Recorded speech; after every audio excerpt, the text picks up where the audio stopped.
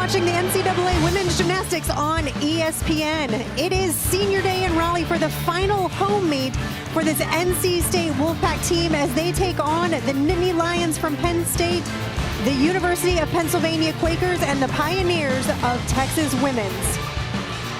I'm Rachel Garland alongside Sydney Sneed. And Sydney, this is going to be a lot of gymnastics, 4 teams, 4 events, action at all times. But let's break down these teams into what we can expect today. Yeah, well, Rachel, as much as they're going to be competing against each other tonight, they're also going to be competing against themselves. We're nearing postseason here. It's down to the wire, so their minds are going to be focused on that NQS score. Absolutely, and we've got some fantastic gymnastics coming up. Here's a look at all of the meets all the teams in today's competition. NC State and Penn State, number 21 and number 23 respectively in the national rankings. So we've got some big gymnastics out of them, and the unique thing is all 4 of these teams are coming off of 3 meets in 9 days. Penn State and Texas women just competed both on Friday night, and then NC State and the University of Pennsylvania saw each other on Thursday at Temple. And within all of those teams, we've got some rock star gymnasts. NC State sweeping the ACC accolades. What can you tell us? Yeah, Emily Shepard, ACC Gymnast of the Week. We can't even be surprised at this point. It's her 6th one in a row. Katya Edwards, with her incredible floor performance last week, earned Specialist of the Week. And then Katie Harper, ACC Newcomer of the Week. So exciting and impressive to have them absolutely sweep those this week. Now taking another look at the other teams tonight, we have Kalia McElliott from Penn State, only a freshman, but earned a career best of a 39.375 in the all-around on Friday. Then looking at Penn, we have Skylar Carrico, who's ranked number 1 in the all-around in the GEC conference as well. And then for TWU, we have Daisy Woodring, who just led her team with a 9.85 floor and 9.825 vault score in competition this past Friday. So it's going to be a head-to-head competition. Absolutely. So coming up, NC State will get started on the vault, but we've got live action on all 4 events at all times. Don't go anywhere. We'll be right back after this short break. Welcome back inside Reynolds Coliseum here in Raleigh, North Carolina. We've got a fantastic quad meet as we get started for rotation number 1. NC State's going to get started on the vault, but here is the format. 4 teams are going to compete on all 4 apparatuses at the same time. They're going to continue to rotate in Olympic order, so vault, bars, beam, floor. And the home team gets the advantage of starting on vault and ending on floor. As always, 6 gymnasts per team. The top 5 scores count. The lowest score can be dropped from each team's event and team total. So rotation order, NC State will be on vault. The University of Pennsylvania is going to get started on the uneven bars. Penn State is going to start on beam, and Texas women's will be on the floor. So Sydney, we always get that question on, is it better to start on beam or end on beam? And Penn State's they get the lucky spot of starting. Right. I think I would rather start on beam. Also, it boosts your confidence when, in postseason, you never know what event you're going to start on. So I think starting on, I'd say, the hardest event and getting it kind of out of the way just allows you to kind of let loose and have a good rest of the meet.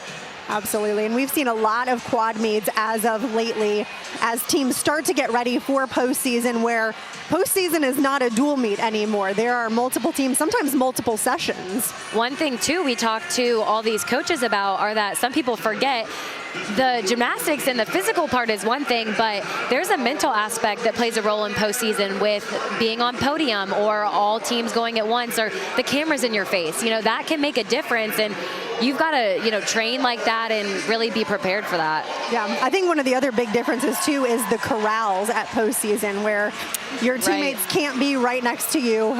So that's always an interesting one. And you might start to see in some of these later season meets that the teams kind of huddle together so that they can mimic or replicate that corral aspect. So the judges are getting ready to take control of their events. NC State, again, going to get started on the vault with Maddie Hall in the leadoff spot.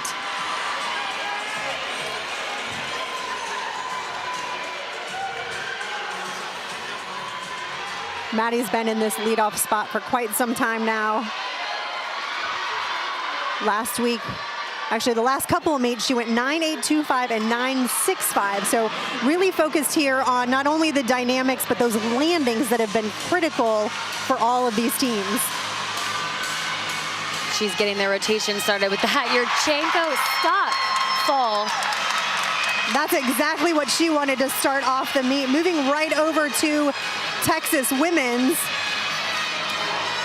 On the floor, we've got Emily 6.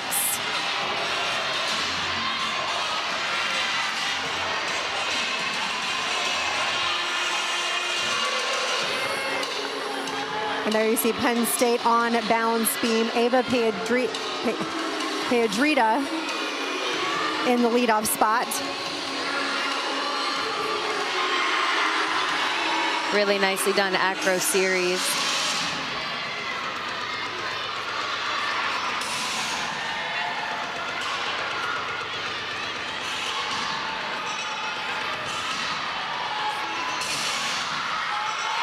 For Penn State, this is one of their 2 all-arounders that we'll see this afternoon. The only team without an all-arounder is Texas women's. They've got some 2 and 3 event specialists, but nobody on all 4 that we'll see. Over on the floor, we just saw an unfortunate fall on that double back on our last pass. Just over-rotated it a little too much. And then right over to the beam, a stuck round off 1.5 dismount. What a great leadoff for Penn State. Yeah, fantastic job out of Piedrita. We did miss Lex Ortega's vault for the Wolfpack. Another Yurchenko full. That was pretty much a stick in place, I'd say. I'd say hop in place, but they may still take a small deduction on that one, unfortunately. I think they'll definitely take a deduction on that, but I did like the height that she got off the table. That was one of her better vaults that I've seen her do this year. Definitely. Up next is going to be Krista Zoltovich, one of their seniors out of Pennsylvania.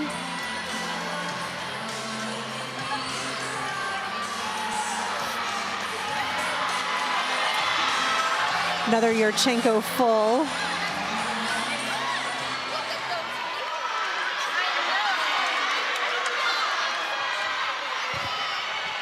Nice block, and wow, I would say another stick in place. That's what we're calling it. Nicely done, though. So far, this Wolfpack team is on a roll, and I love their debut of their new leotards. We'll take another look here at this full. Nice block off the table. A little bit piked down on that landing, but she knew where it was and was able to control it. Again, at this point in the season, they're wanting those controlled landings, and those little details are what each team is going to be focusing on, because that small tenth or small half a tenth can really make up a big difference at the end of a meet. Take our first look over at the University of Pennsylvania on the uneven bars. You can see she did that bail to handstand, saved it because she could have fallen over on that. Really good save, though. Moving through the routine and ending with a blindfold, double tuck. Nicely done. So a fantastic bar routine for the Quakers as Ashley Knight completes her vault. She almost had that stick. I know I've said it before, but that's one of my favorite vaults to watch, just with how big it is, how much power she has. Fantastic job as a freshman as we move over to Gabrielle Galentine on beam. Just getting set for her dismount. Round off 1.5. She looked a little bit lost on that landing, so that'll be a bigger deduction for that step forward. This is Madeline Gose for Texas women's. Starts off with really nice double pike. They're really going to be looking for these next routines to be good and clean hits after that first fall.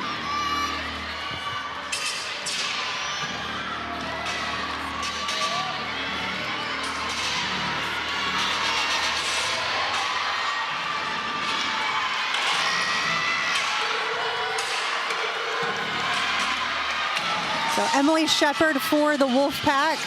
Huge Yurchenko fault. Wow, I think that might have been a stick, yeah. Every time.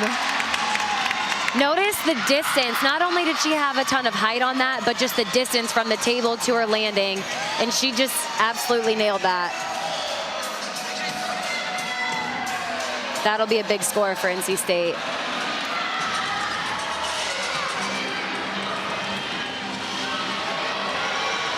All right, so up next on beam for Penn State, this is Kalia McGilligan. Over on the floor, ending with that front handspring Rudy. Nice routine to get them back on track.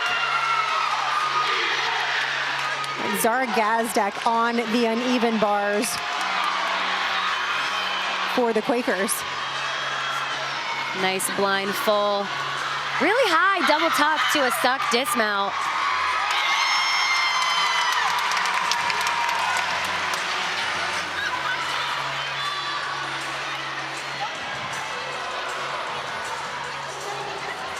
Chloe Negretti on her vault. Another big Yurchenko full. You know, I really liked on all of their vaults, I know I said it before, but that controlled landing. They all looked very tight and confident and just aware of what was going on in their landings, and that's all you can ask for. Absolutely, and one of the big discussions in gymnastics this year has been, do we stick to the 995 start value on those Yurchenko fulls and get the landing, or do we try to throw the 10 and take that risk? And so I think NC State put a really strong vault team together today. So McGilligan finishing up as NC State's got an exhibition. Really nicely done too. Another good controlled landing. Nice height off the table. When you're doing these fulls and you're starting from a 995, it's so crucial that the execution is spot on in order to get those high scores. Absolutely. And in all honesty, NC State is graduating 4 of their vault lineup, so they can use all of the exhibitions possible. All right, so back over to floor. This is Steely King.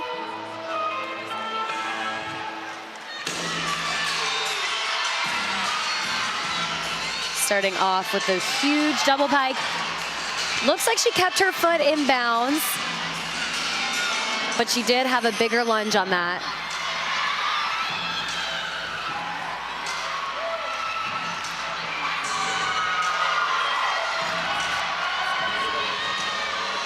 Jordan Barrow on the right side of your screen there on the uneven bars. A nice 1.5 front layout on floor.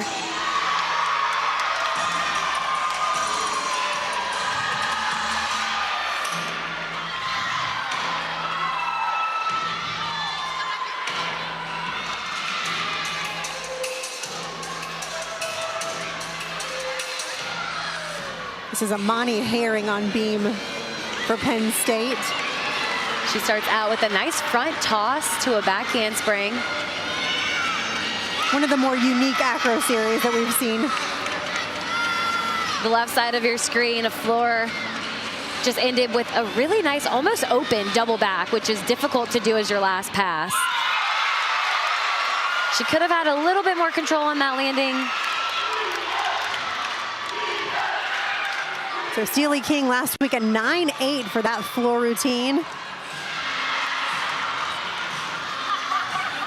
So far, so good on this beam routine. Really solid. Looking for a stick. Oh, wow, and she was on her tippy toes on that landing, but great job. Definitely holding dug that in there. You'd be impressed with how strong gymnasts' feet and toes are. I mean, just gripping the ground, trying to get those sticks. Anything for a stick, right? Absolutely. So a great routine for the sophomore for Penn State as we take a look back over on the floor for Texas women's.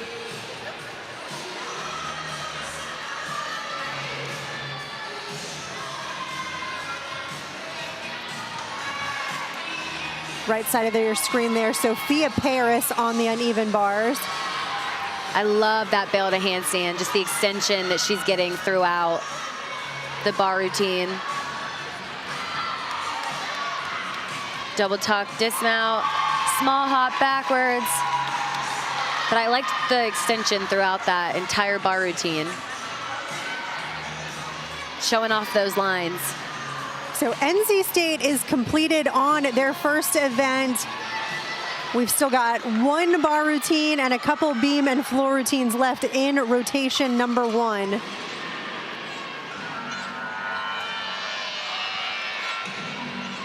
This is Emma Burlich, junior out of Tampa, Florida.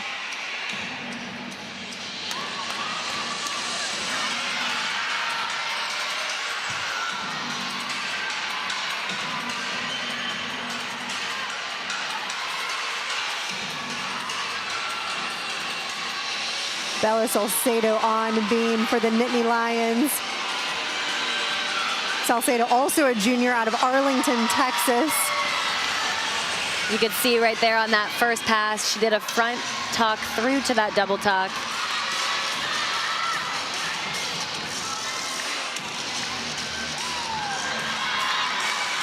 I like this view of the beam because it's similar to what the judges see. You can really see if some of those splits are 180 degrees, even though our camera's up a little higher. But this is very similar to what those judges you see behind the beam actually view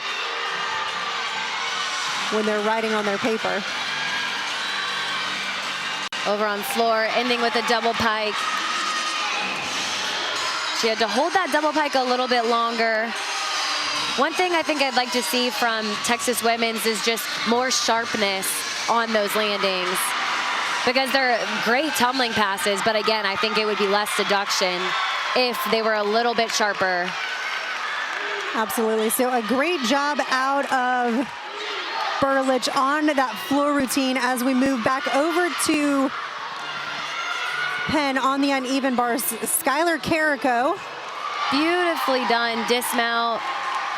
Small hop backwards on that, but she had really great form throughout that bar routine.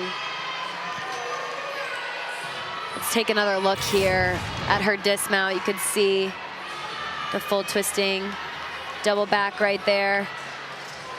Sometimes it's harder to land on that mat that's so squishy. It kind of gives you more of a bounce, I would say, instead of really absorbing the mat. Absolutely. And the gymnast, there's no deduction for that. The gymnast can put a 4-incher in. That one's an 8-inch mat. They can choose, right? There's sting mats that we see on floor a lot of times. So they can choose the mat of their landing preference. So floor and beam, both starting at the same time for beam. This is Maddie Johnston for Penn State. And then we've got Daisy Woodring for Texas women's. Really beautiful double pike. She broke out of that so easily, and this is a event for her that she went so high on Friday. She had a 9.85, so they're going to be looking to count a big score from her tonight. A little bit shaky on that sheep jump on. I give a lot of these teams credit for competing midweek, a Thursday, Friday meet, and then turning around and doing it again on Sunday, especially for those that are in the all-around.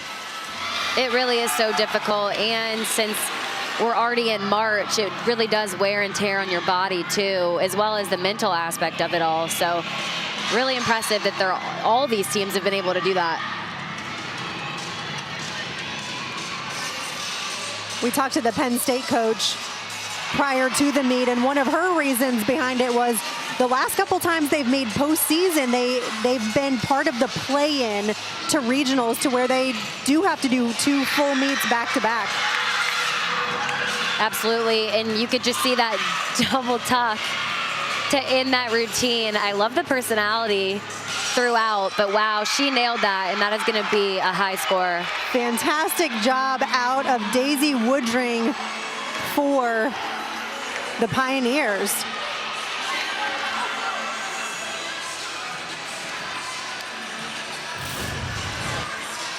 I just, wow, on this open up. Did you see how high her chest was on the landing? She knew exactly where she was at. And then, like you said, a bunch of personality on this floor routine.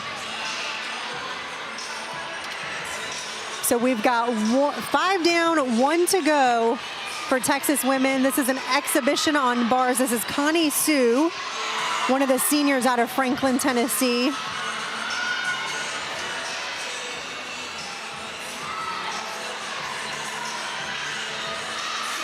Blindfold into that double tuck dismount. She did hit her feet on the bar. I don't know if you could notice that on the cameras, but she hit her feet, but was still able to pull that around, so well done.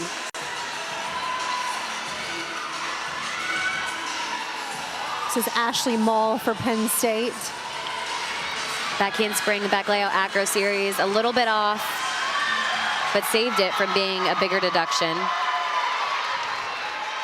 Ashley's doing an exhibition routine. And then the final floor competitor, this is Sophie Hernandez. Sophie, a season high on this event of a 9.95.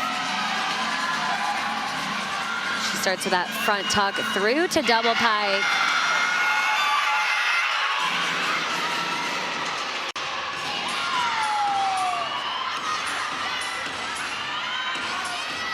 We've seen a lot of powerful tumbling and really good passes from this Texas women's floor team.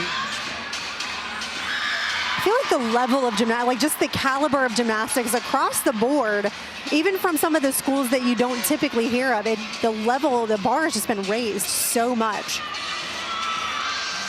Absolutely.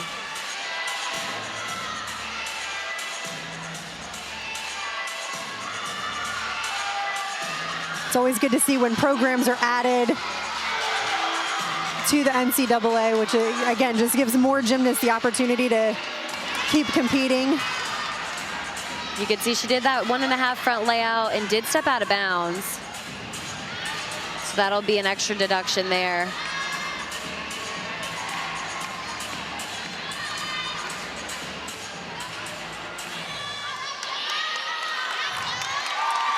So a fantastic finish for Sophie and the Pioneers on floor.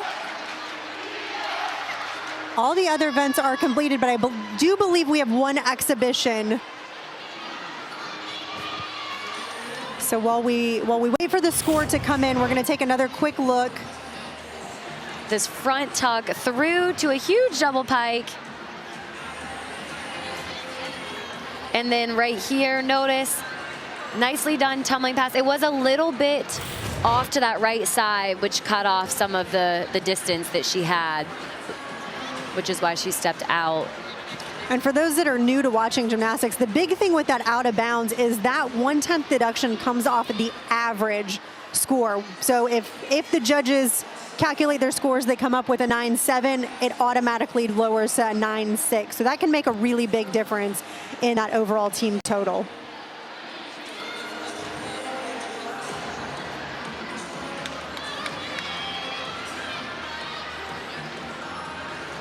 So while we wait for the exhibition, let's talk a little bit about just some of the points of emphasis for floor. Yeah, you see there, difficulty, presentation, and landings. Difficulty is huge. The judges really want to see those bigger skills, and you know, now we're seeing a lot of 2-pass floor routines. I would say the 3-pass, you know, obviously goes a little bit longer of a way sometimes because that does add to that difficulty. The presentation, that's the artistry, the dance that we're seeing. Even though people may think it doesn't play a role, you can get deducted for artistry. And then the landings, we want to see those controlled 1 lunge or 1-step landings on each tumbling pass. Absolutely. So exhibition, this is Cami Zerlingo. She's a sophomore out of Littleton, Colorado.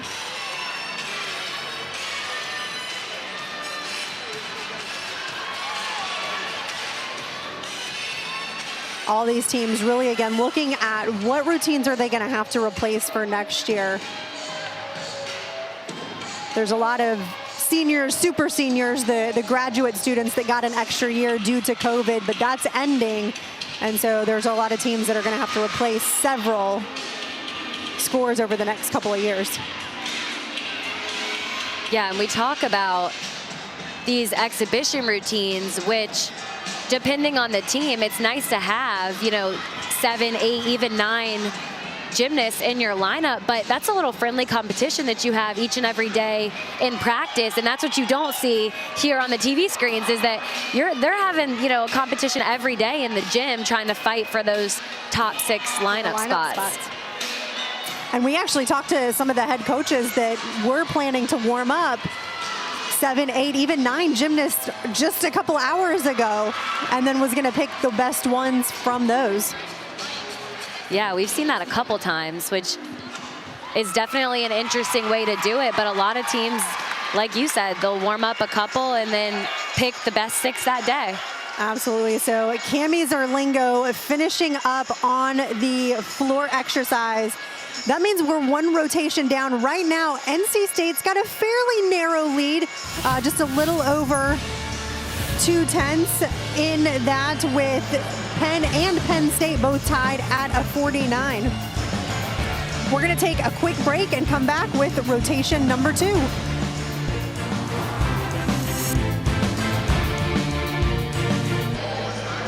We are 1 rotation down in Raleigh, North Carolina, and you can see number 21, NC State's got a narrow lead over number 23, Penn State, and the University of Pennsylvania putting up a 49 even on bars. Those were some phenomenal bar routines. We're going to take a quick look. It's senior day, so let's take a look at some of the seniors that are going to be graduating.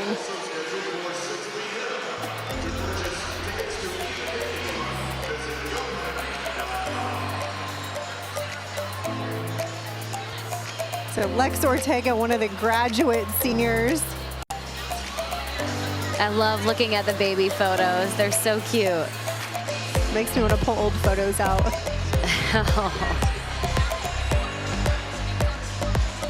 Emily Shepard and the gymnast that she has turned into be just absolutely phenomenal.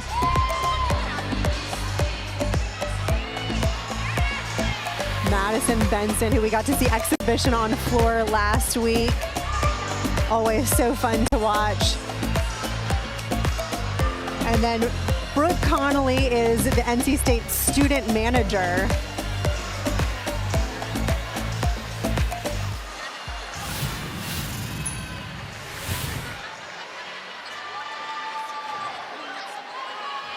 So stick around, rotation at number 2 coming up next.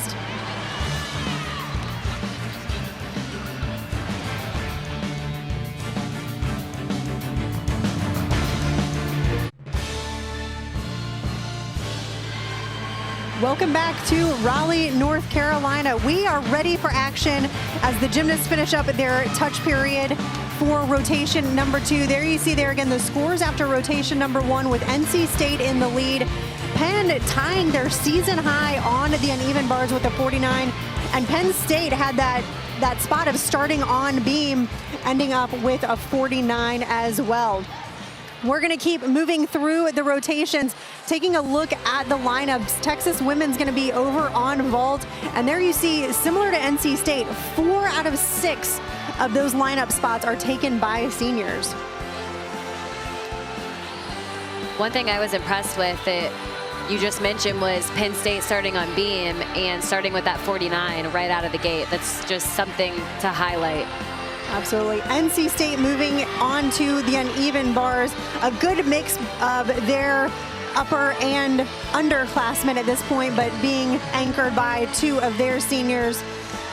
Penn going to be on the balance beam with 4 seniors starting off their lineup. And then Penn State is going to be moving to the floor exercise. No seniors in their lineup this afternoon, but again, a great slew of individuals, including 2 all-arounders that we'll get to see on all 4 events. So this is Ashley Mull getting some last words of wisdom from her coach as Texas women takes to the vault. This is Emily Six. She was in the leadoff spot on floor as well. She starts with a Yurchenko full. Notice how she had to pike down on that landing, so that's going to be where the biggest deduction comes from. But a solid leadoff for Texas women's. Ashley Mull just debuted on this event last week, a freshman from Spring, Texas. Went 9.775 and 9.8, so very strong start.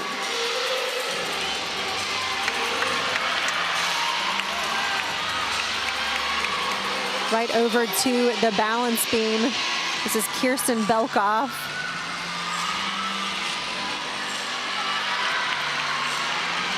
Again, University of Pennsylvania seniors in the first 4 spots on this beam team. She starts out that routine with the triple series. Very difficult, back handspring, back layout.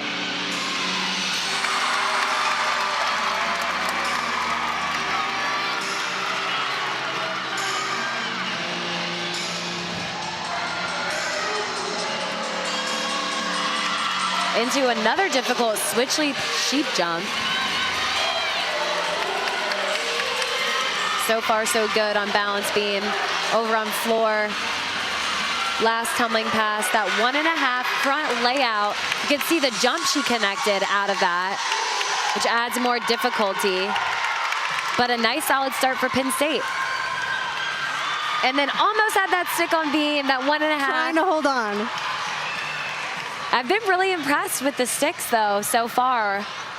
And the attempts to stick. We've seen a couple of small steps here and there. So for NC State, this is Kaylee Adamides on the uneven bars, a sophomore from Long Island. She starts that routine with the Maloney, right down to the low bar with that packed. She's another gymnast that has such beautiful extensions. Looked like she missed her foot or missed that straddle. But covered it well, just did a kip and redid it. I mean, that's, you know, making adjustments in between the routine. It'll definitely be a deduction, again, something that maybe the average viewer wouldn't have noticed. Right. But definitely something that the judges notice. This is Peyton Childs for the Wolfpack. She starts out with that Jaeger release move right into that shoot over to the low bar. So Adamides with that air, not necessarily a fall, but an air. Blindfolded double tuck. But Childs able to pull it back for the Wolfpack team as we move back over to Penn State on the 4. This is Alyssa Kramer.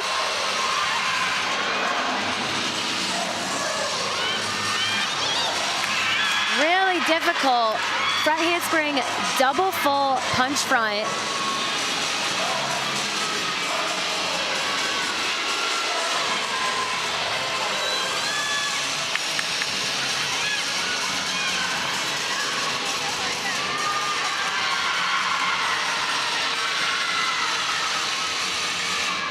Kramer, a freshman from State College, Pennsylvania. So one of their local gymnasts.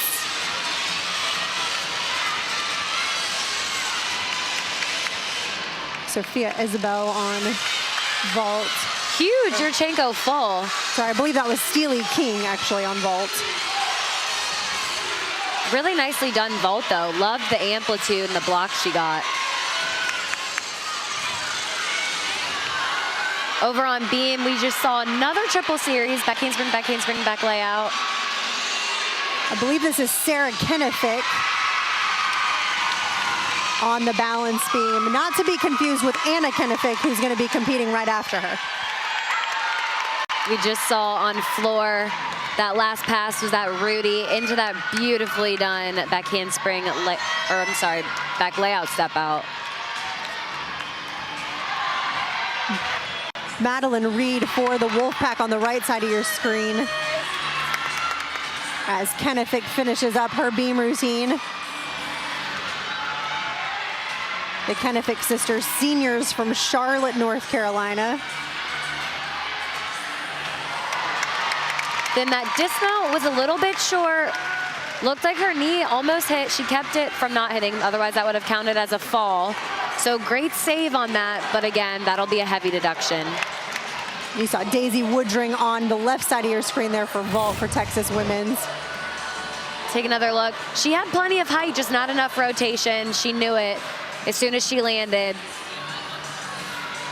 But hey, she saved it from being a fall.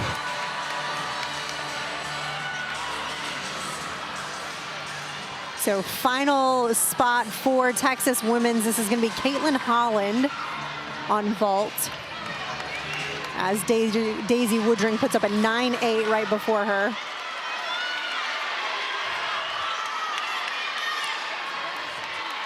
Beam and floor both getting ready to be started. So again, Anna Kennefic on balance beam for the University of Pennsylvania.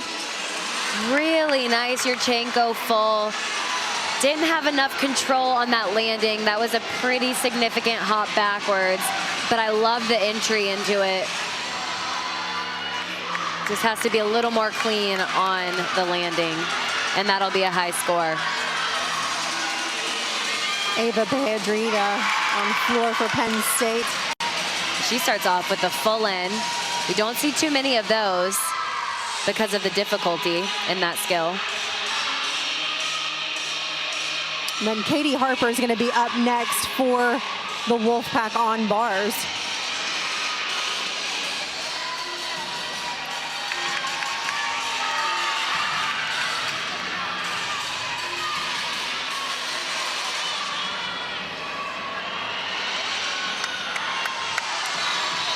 Back over to vault. This is an exhibition from Cami Zerlango. Again, exhibition on the floor as well as vault. They've got 4 seniors that they're going to be needing to replace for next year as Katie gets started on her bar routine. And so far, so good. She did a Ginger release move and has had really good form throughout. Also in the upper left box on floor, we just saw that double tuck to end the routine. And wow, that was good. A fantastic routine from both Penn State and NC State.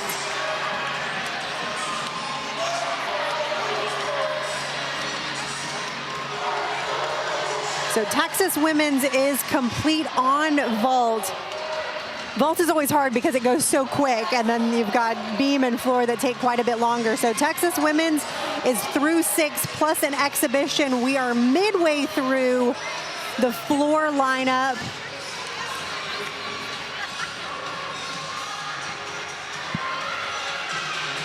And beam taking a little bit longer to get their next gymnast up.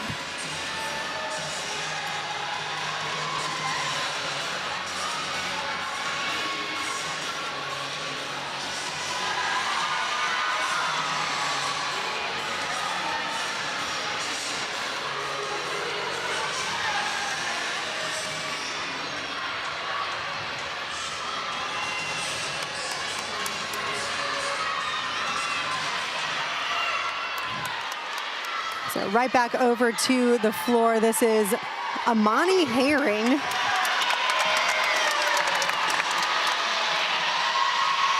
Herring, a sophomore out from Denville, New Jersey.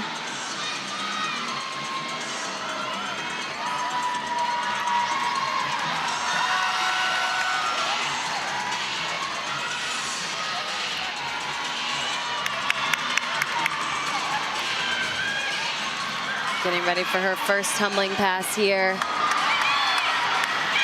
Really difficult skill. We do not see that as a first pass often, that Arabian. Absolutely. So a fantastic lead off as Lex Ortega finishes up her routine for the Wolfpack.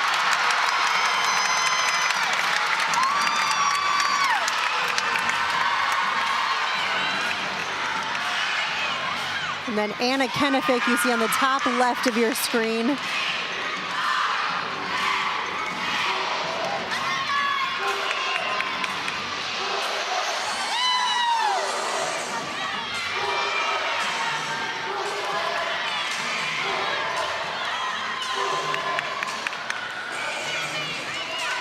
Over on beam, that round off 1.5 dismount, a hop in place, but nicely done. Then straight over to floor, that 1.5 front layout to finish the routine. That's gonna be a good score for Penn State.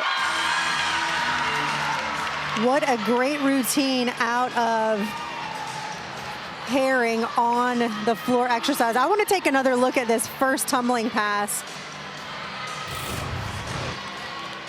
Just watch the height she gets on that Arabian. Front landing is always difficult, and she had no problem with it. Again, that's going to be a big score for their floor lineup. I think she knew it too with the smile after that last tumbling pass. So career high on that event of a 9.95 as we move back over to the bars with Emily Shepard.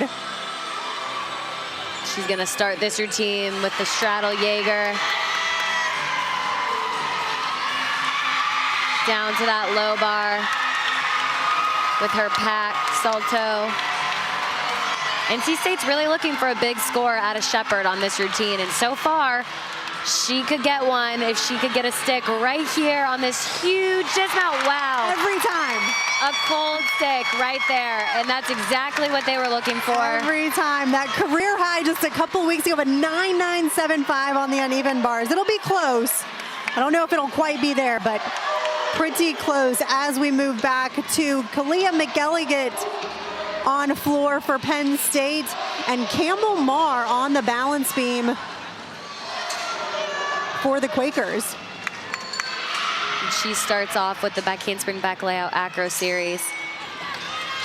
One thing too from this Penn team on balance beam is just the form that they've had throughout all their routines is something I've loved to see. On floor, we saw that double pike first pass. She stayed in bounds. The air awareness that these athletes have is crazy, to know where you're actually at mid-air. Absolutely. It's like a superpower. It is, and even if you'll see, you know, if the gymnast is off of the diagonal perfectly by a foot, they know not to step forward. They'll step sideways so that they don't go out of bounds. And then that stuck gainer full off the side for Campbell Marr. Really impressive beam routine. So Campbell Marr finishing up that 4th spot for the University of Pennsylvania as Kalia gets ready for her final tumbling pass. We'll see a big double tuck from her. No issues on the height there. She was able to break out. And when we're referring to these floor landings and the controlled landings, it's their chest being up, not down, not knees or legs too squatty. We'll take another look here. So pay attention to the landing. See the block she gets in the beginning, and then she's landing almost like she's sitting up, right? And that's what the judges are ultimately looking at when deciding how much to take off. So McGillicott in the 5th spot. We've got one more for the Nittany Lions. Bella Salcedo will be in that 6th place spot. Back over to the beam, this is Skylar Carrico in place number 5. And there are some teams, so the lineup order matters. There's some teams that put all their strong scores at the end. There's some that start off with their lead score. Every team has a slightly different strategy. And it's interesting to see and hear about the different strategies that different teams and coaches have. That's always something I've been so curious about.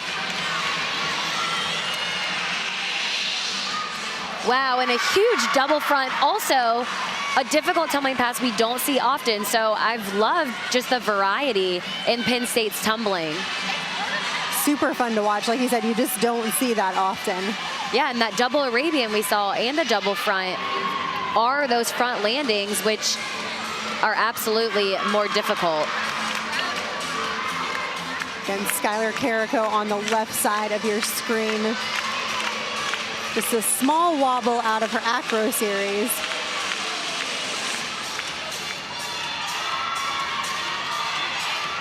One thing to point out too is that now that these teams are gearing up for postseason, it's not as much about hitting those 6-for-6 routines. That's expected at this point. You know, in the beginning of season, when you're playing around with lineups or it's the first couple of meets, you expect some mistakes here and there. But now, it's not about the falls or about the hits. It's about how are we going to get that extra 10th.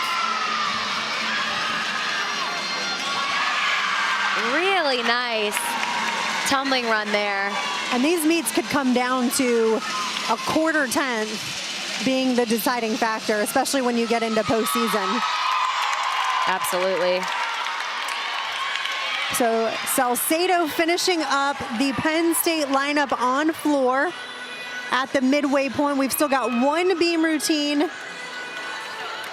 I wanted to take another look here at this last pass because there was so much going on. That front layout to a front full and then to a huge front pike. That's 3 skills in a row that she made look way too easy. And that's what we always talk about, saying that last tumbling salto, you want to rise. And she did a fantastic job at showing us the way it should be done. I was going to say, I think the first one was the lowest, and she got a little higher in the second, and then even higher on the third. So that was textbook. So a great job out of the Penn State floor team. Samantha Wu in the anchor spot for the Quakers on beam.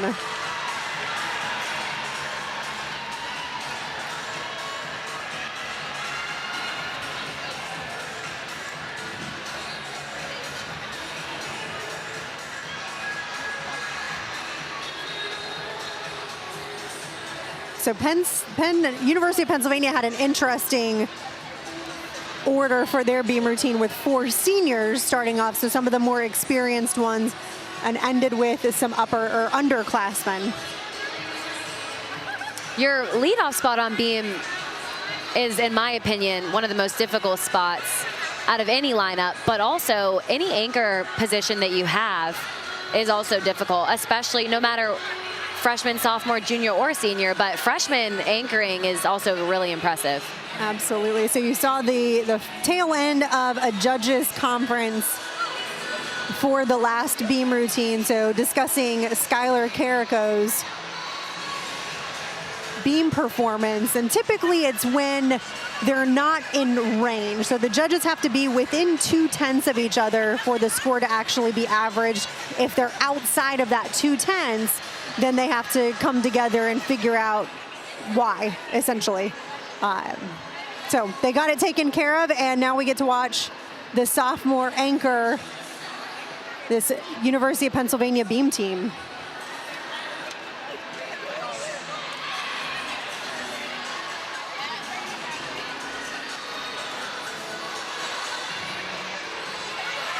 Really nice front aerial combination there to start off the routine.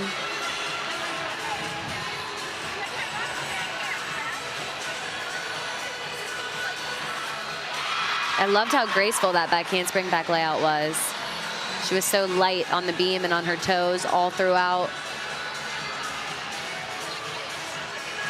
So far, she seems to be the most confident out of the beam routines we've seen. They've had some really great execution, but then you see just little minor wobbles throughout. Confidence is huge on every event, but especially on beam. I don't know, Rachel, what are your thoughts on the fake it till you make it? Because I feel like that's what we always used to say and joke about, but it wasn't really a joke. We were, you know, you got to fake it till you make it. Absolutely. So, and beam is one of those events, if you don't love beam, then you're not going to perform well. So here's that accuracy. Is again very well done, well executed. And then into this dismount, this gainer back pike off the back. She was mad about not getting that stick, but really nice and beautiful routine to watch. You see those little facial cues because they do this day in and day out. This is what they practice so much for. And for it not to translate from the gym to the competition floor, they get mad at themselves. Yeah, and I think one thing to note on that is just you want it so bad. So you have to be able to find that balance of not going too much, but also not holding back. You've got to, you know, meet yourself in the middle, but it's so difficult and it's a lot harder than you think. So all of these athletes have done an amazing job, but yes, you could see it on their faces, or even, like we said, gripping in their toes. Their toes are, you know, trying so hard to stay still because they want it so bad. They are definitely doing their best, and not just for them, but for their team as well. So we do have one beam exhibition while we wait for Samantha Wu's score to be tallied. That's the best part about college gymnastics, is it's such a team sport. It's an individual sport, maybe, because you're up on the events by yourselves, but it's ultimately a team sport. It's as team as you can make gymnastics. A lot of these gymnasts coming from club gymnastics where it really is individualized. So this is Olivia Van Horn. She's a junior out of Audubon, Pennsylvania. Wow, I loved that front aerial to the front handspring. Very unique acro series. Great toe point and form also. That's something to point out.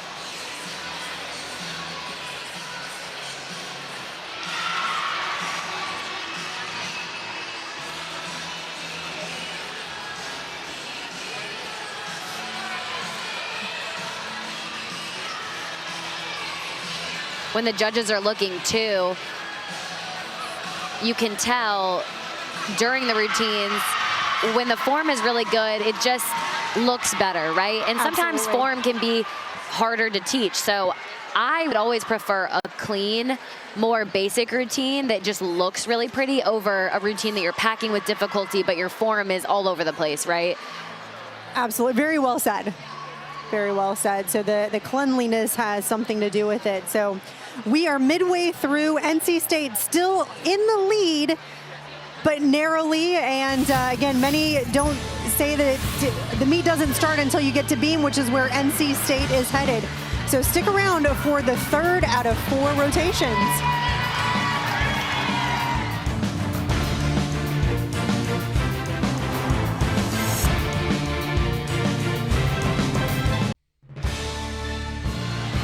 Back in Raleigh on senior day, and NC State has the lead at the midway point.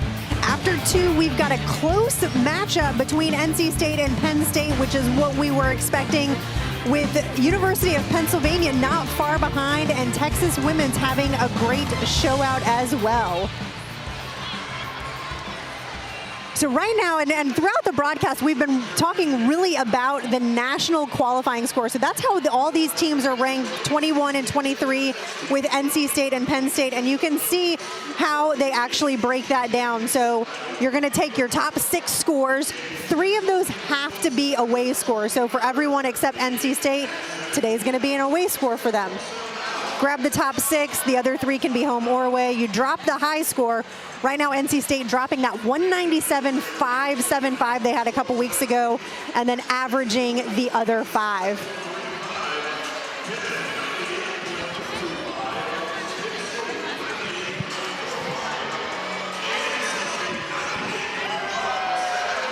And then we've got our post-season schedule coming up. So again, the ACC Championship, first time in 40 years, March 23rd in Greensboro, Big Ten in Lansing, the Gymnastics East Conference in New Haven, Connecticut, and the Midwest Independent in St. Charles. So again, all of those taking place March 23rd. They'll have the regional selections, and then you've got regionals and championships. And again, we talked about Penn State, and NC State's been in the same spot over the last couple of years where they have a play-in now for regionals, and both teams have always been in that play-in spot, which is really rough because they've got 3 meets in 2 days, essentially.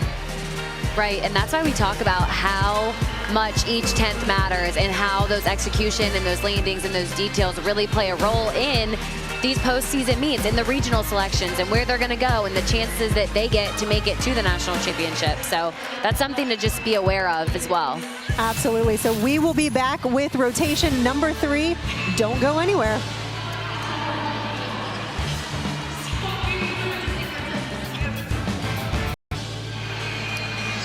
Welcome back as we head to the beginning of rotation number 3. Again, NC State with the narrow lead over Penn State.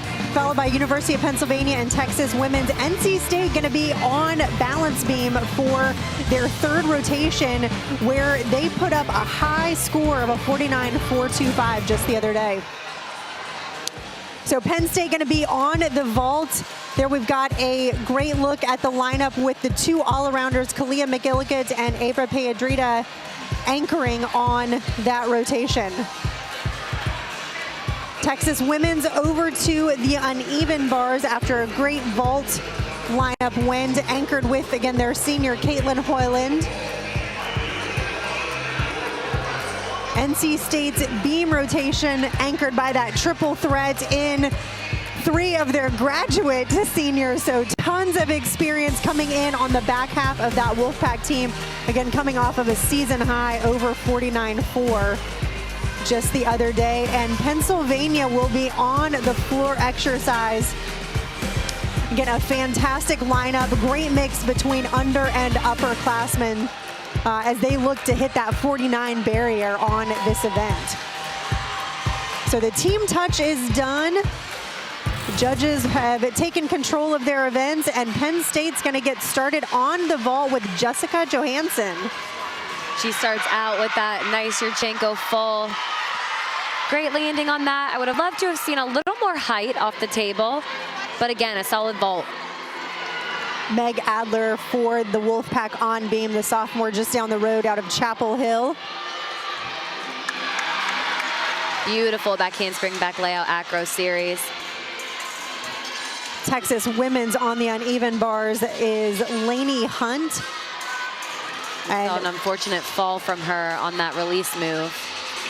And then Anna Kennefick for Penn on the floor. A round off double pike to start that floor routine.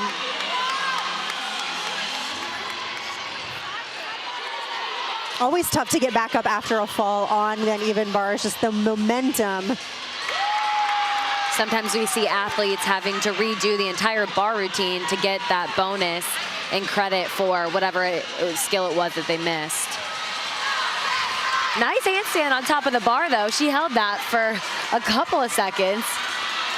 And then ends with a stuck double tuck. So way to go on pulling the routine back around and finishing off nicely. Adler finishing up her beam routine. A season high of a 9.85. Looked like a pretty good beam routine. That was a really good beam routine. Solid start for NC State. So Adler with some high fives all around as Anna Kennefick finishes up her floor routine for the Quakers.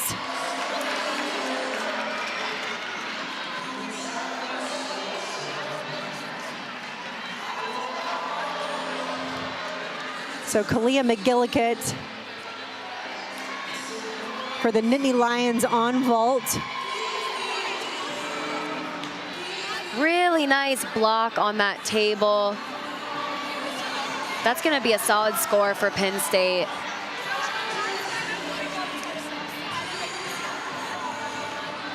So 3 of 4 done for Kalia, as Maddie Johnston takes to the vault. Wow, great job. She could have easily taken a step forward on that landing, but she saved it. That was just a quick and easy Yurchenko full, it looks like, for her. Absolutely. Macy Jennings for the Wolfpack, their beam specialist.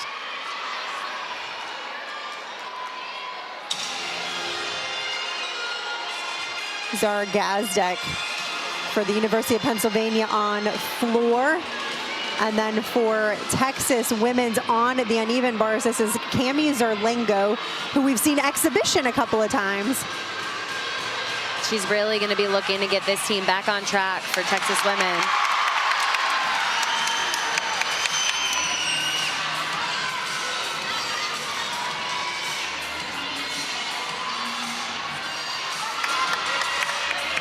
She starts out with that pike through Jaeger release move. Down to the bail to handstand. She's moving through this routine really nicely. She's gonna look for a stuck dismount here on bars. Double layout, And she held on. Might have a slight deduction on that lean forward, but way to get them back on track. She did her job. Absolutely. And again, you put up 6, you only count 5, so they can drop that first score as Jennings finishes up her beam routine. With a stuck dismount. I feel like we have seen quite a few sticks tonight, which is really exciting. Absolutely. Zara finishing up her floor routine. The double pike.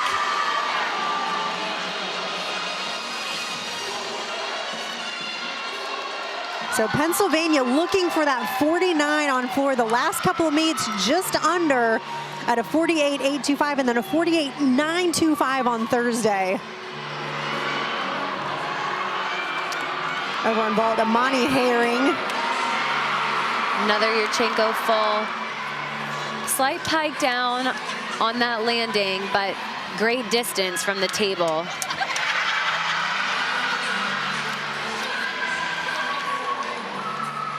So for the Wolfpack in that third spot is going to be Katie Harper, the freshman out of Columbus, Ohio.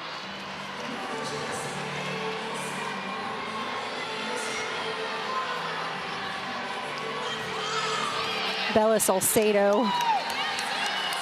Wow, really difficult vault. You could see she did that round off, twisted mid into, you know, the block. So fast. Yeah, such a quick twist. You might not have caught that, but ends with that front pike and front landing.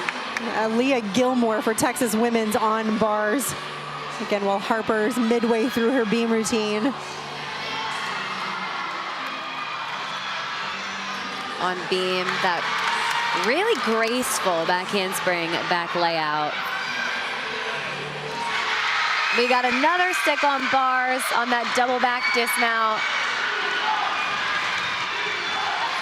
They're really picking it back up for Texas women's. And TW, really, again, looking for a good away score to add to their NQS. So back over to the floor exercise. This is Marissa Lassiter.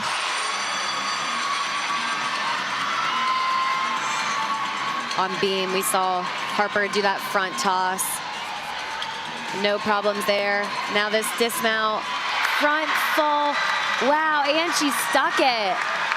She's got a career high on this event. I believe just the other day, 9.875, and looking for another big score.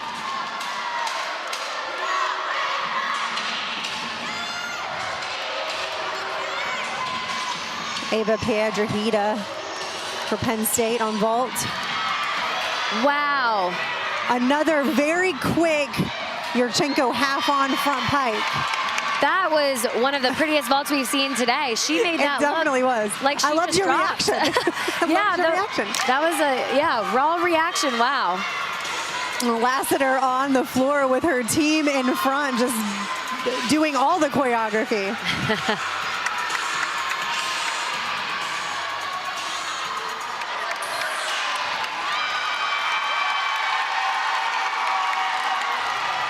On the uneven bars, it's Brooke Ferrari. Really strong handstand right on top of the bar to start that routine.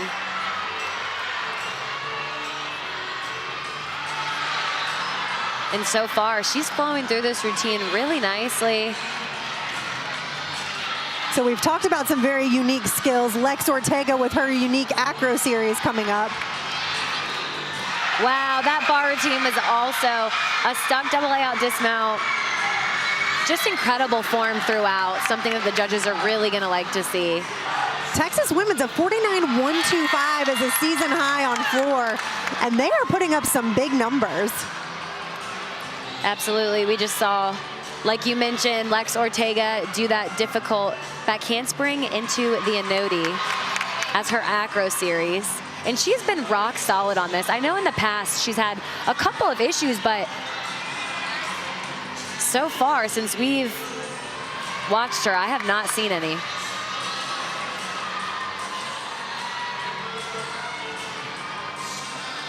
I feel like last year she had some issues with it, but this year she seems really solid. Absolutely, and solid on that dismount as well. Absolutely love it. NC State looking to push another 49-4 on beam as we move back over to Penn on the floor. Skylar Carrico currently on the screen, the sophomore out of Toms River, New Jersey. A season high of a 9.85.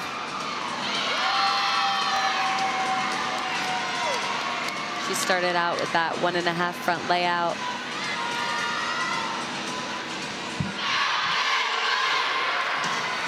One thing I like about her is just the sharp movements that she has in her dance and in her tumbling.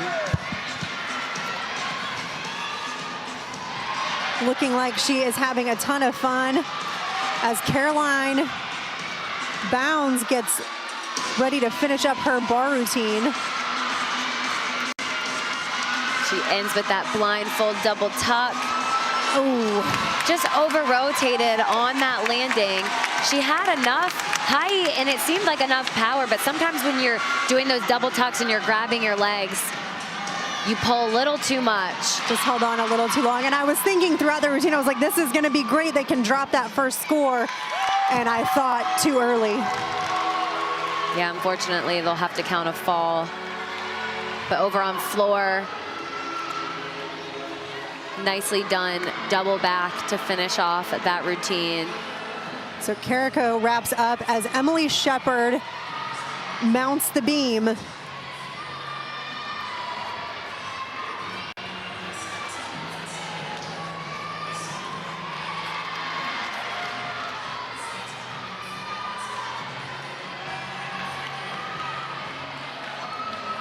Talk about sharp movements. Emily Shepard also just is so elegant but sharp in her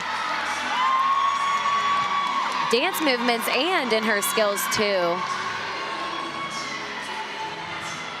We'll see here this back handspring back layout acro series. Spot on with that. There you saw that score come in from Brooke Ferrari on bars for Texas women, a 9.925. But unfortunately, they will have to count a fall.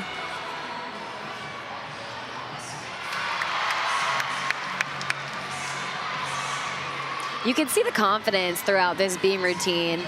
She's right on cue, just flows through. She is in her own little rhythm, in her own little bubble. She makes it look too easy. She really does, and right now, if she could get this stuck dismount, it's gonna be a really high score for Emily Shepard. She got it. Held on. She held on. She didn't have to do an arm circle, but you could tell she was leaning back a little bit. Great job. So a fantastic finish for Shepard on the beam as we move over. Caitlin Hoyland, on the uneven bars as Sarah Kennefic takes to the floor. Really nice bar routine so far. I love the handstands, and wow, she just stuck right up on that double tuck dismount. And Nicely Texas done. women's, yeah, they can swing bars. Just a couple unfortunate mishaps today. Yeah, just the extensions and the toe point that I've seen throughout some of the gymnasts for Texas women on bars, I've been really impressed with.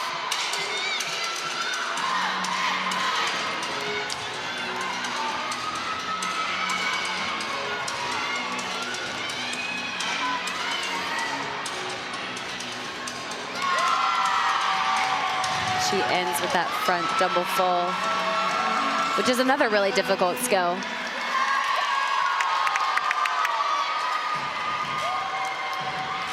So Kennefic finishing up a season high of a 9.875. I feel like that routine may be fairly close as we move back over to beam with Chloe Negretti.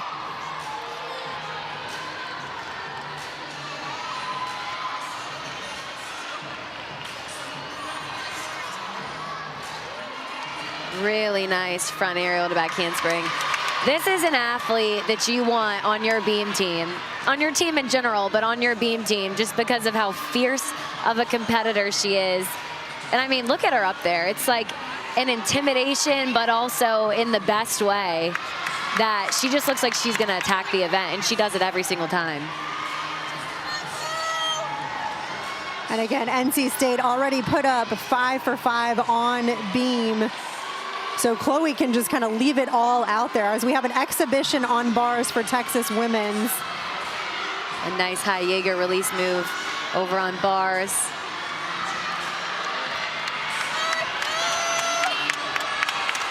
Negretti is going to be looking for the stick on this double fall. And she got it. She moved back a little bit.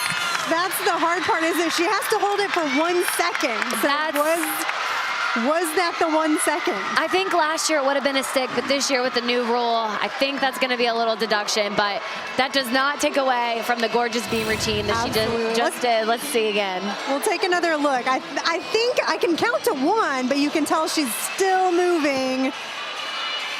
Can see her toes. Kim Landris, her hands are in the air like that is a stick. I'm done. Salute the judges. All right, Emma Davies finishing up for Penn on floor. And that was a huge double pike she did. She had too much power, so unfortunately did go out of bounds. But I always say too much power is a good problem to have. The coaches would definitely rather you err on the I went too big side than I held back and fell. Absolutely.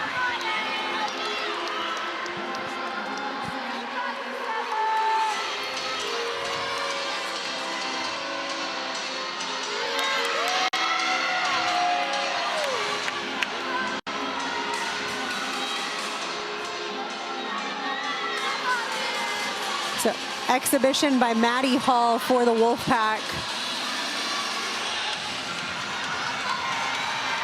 Maddie's been in and out of lineup, but keeping her in this exhibition spot, again, kind of keeps her in that mentality in case they need her, but also as they look at replacing senior routines for next year. Yeah, and like we've said a couple times throughout the broadcast, now that we are nearing the postseason and championships and regionals, you're kind of in a rhythm with your team in that lineup. When you're in practice and you're training every day, you just become used to, here's the lineup. There's not really too many adjustments, I'd say, that will be made unless somebody gets hurt or they need to take them out. I would say you're trying to, you know, have that simulation of the lineup in the practice is what we're competing with so that there aren't any changes in competition. So far, so good for Maddie. We do have one exhibition on floor as well for Pennsylvania.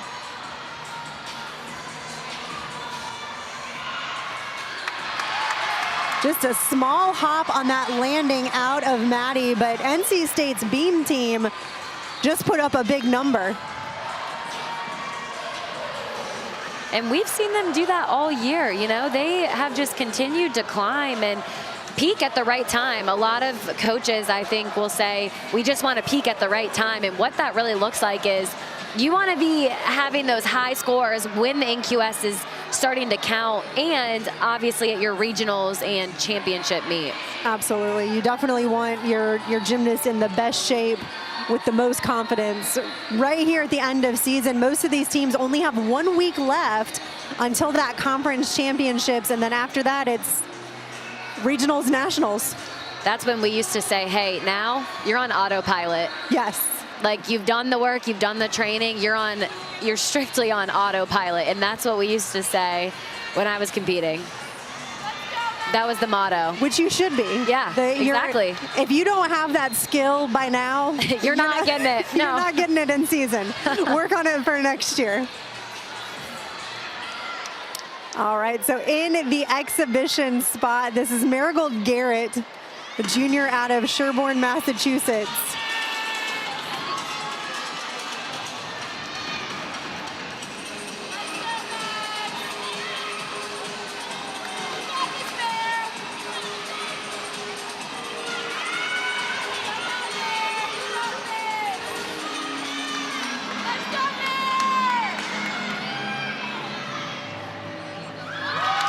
She starts off with a front full, front full.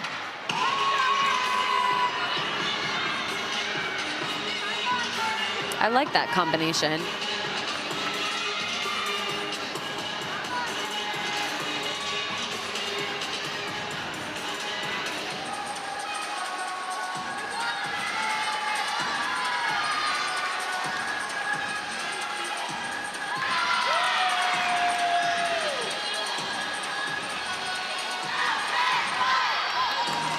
I will say both with Penn and Texas women's, I've been really impressed with their gymnastics, with the cleanliness of it.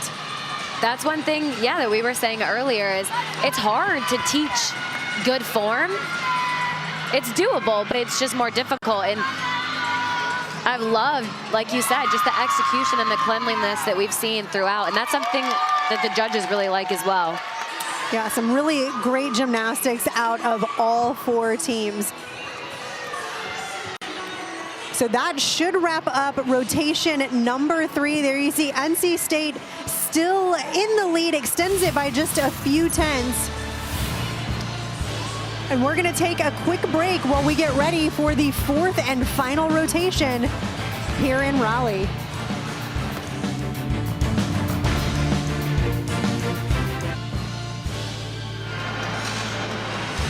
Welcome back to Raleigh, North Carolina. We are inside Reynolds Coliseum as we get set for the 4th and final rotation here on Senior Day. So NC State remains in the lead. Penn State closed in just a little bit after the 2nd rotation, but the Wolfpack was able to extend even further on beam with Ortega and Shepard putting up 9.925s respectively.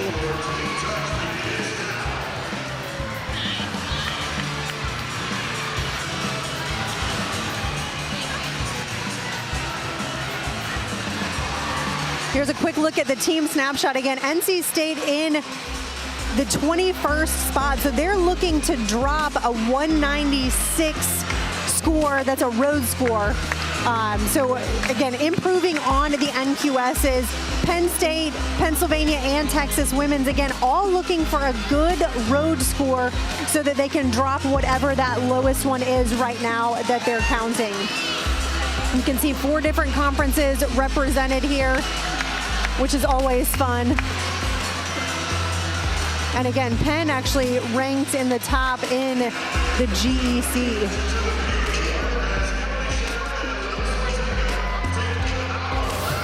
So the gymnasts are gonna finish up their touch. Stick around for rotation number 4 as the Wolfpack takes to floor. Welcome back inside Reynolds Coliseum. We're getting closer and closer to the postseason. And NC State still on top inside Reynolds. They're going to be headed to the floor where we will see them close out with their 3 graduate seniors. They call them their triple threat, which is always fun to watch. Penn is going to be on the vault. So again, you see a great mix-up there. Ranked number 1 in the GEC on this event. And so we've seen some really good gymnasts out of this Penn team. Penn State is going to be on the uneven bars. Ranked number 33 on this event with an NQS over 49. So looking forward to some really exciting gymnastics out of Penn State. Texas women's finishing up on balance beam, which is always a tough spot to be in. But there you see it is a slew of upperclassmen with only 1 freshman thrown into the mix. And then NC State, again, we've got Lex Ortega, Emily Shepard, and Chloe Negretti, all super seniors, along with Krista Zoltovich in her senior year, all making an impact on this floor lineup for the Wolfpack.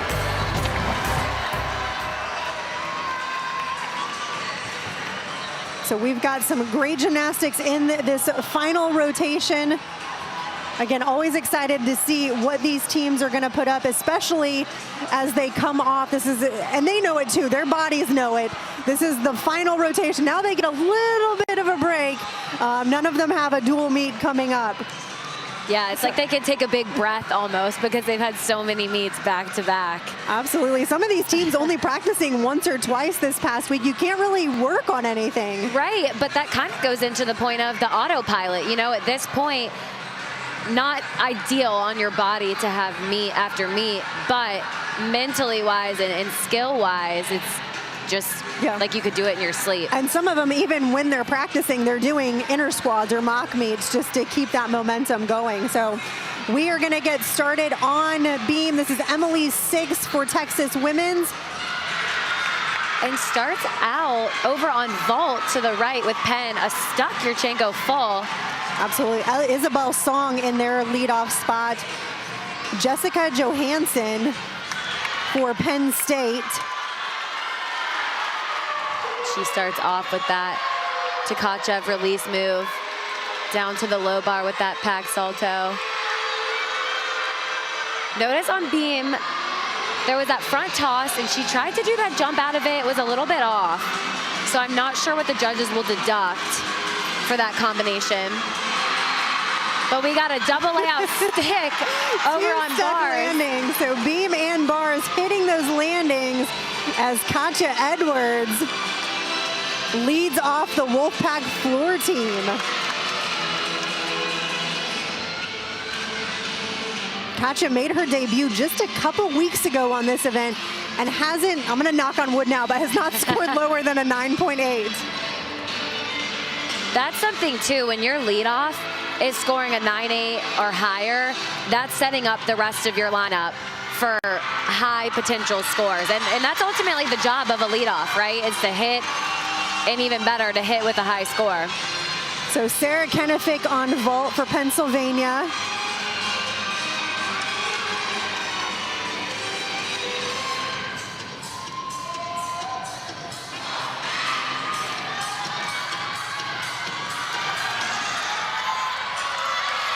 Final tumbling pass for Edwards. Huge double back. Again, impressive that that's the height she's getting on her last pass. Wow, great job. Yeah, fantastic routine out of the sophomore. This is the first tumbling pass that we missed. I think that first pass was just as high as her last one. Definitely. So great routine in the leadoff spot. This is Sophie Hernandez for Texas Women's. And Maddie Johnston for Penn State. Really nice blindfolded double tuck. Another stick. The sticks are contagious today. I didn't think they were normally contagious between teams, but we'll take it. This is Marissa Lassiter for Penn on vault. Great Distance from the table to the landing. She had that hop, which is going to be a deduction. But a nice vault. Over on beam, we saw Sophie Hernandez do a back handspring, back layout acro series to start off the routine.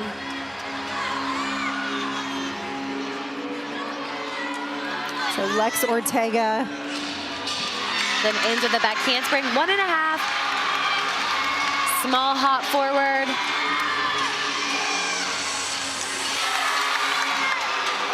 Huge tumbling pass. Yeah, the landing could have been a little more controlled on that first pass. Skylar Carrico finishing up her vault.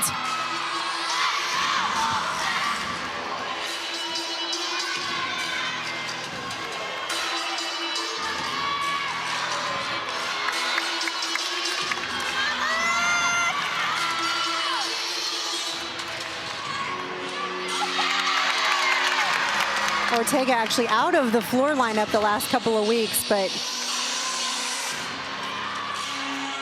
ready to be back in, and it's senior day, so a great opportunity to really come back and help the team out. Penn State on the bars. This is Kalia McGillicott.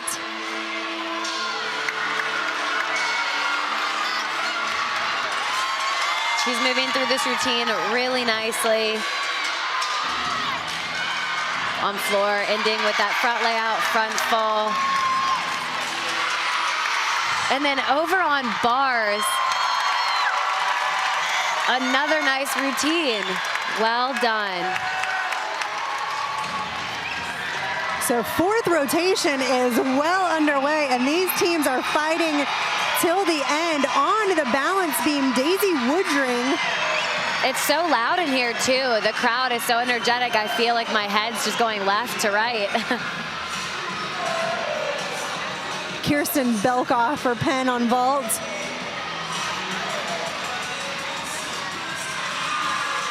And that was a nice Yurchenko half. Very straight, I mean, perfectly straight body. The execution on that was phenomenal. That is a blind landing, even though it's not quite the 1.5, it's still the same landing.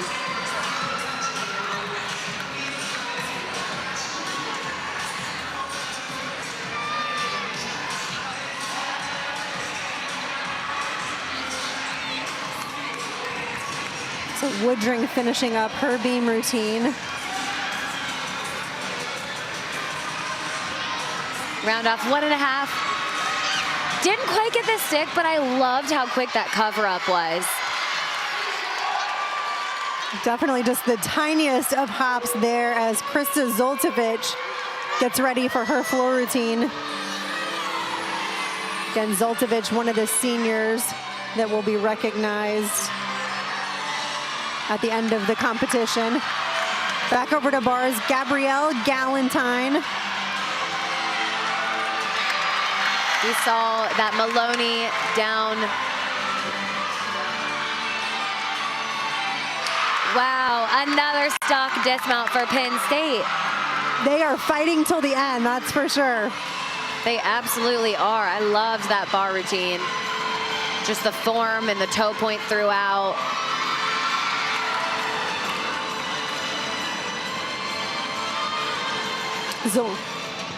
Zoltovich really having fun on this final floor routine on home turf. Jordan Barrow for Penn in the anchor spot on vault. A nice Yurchenko full. That was a pretty significant hop backwards, so that's going to be a bit of a big deduction. On floor, ending with a double back. She almost did not have to take a lunge, but took a small step. Great job. This is Emma Burlage for Texas women's on beam as Krista gets some high fives from her teammates.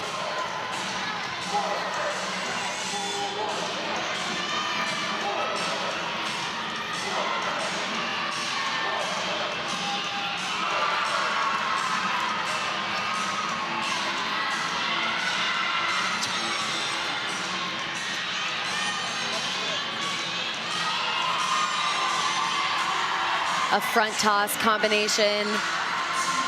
She had to make an adjustment midway through because she looked a little bit crooked on that landing.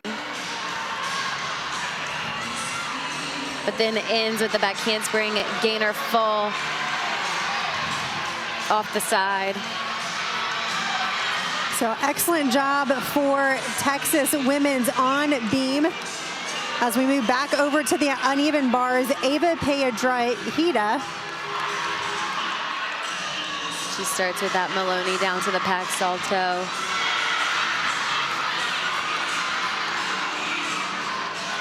Just like on floor and beam, you have a rhythm. You still have a rhythm and cues on bars too. It's just harder to notice because you're on your hands the whole time. Absolutely.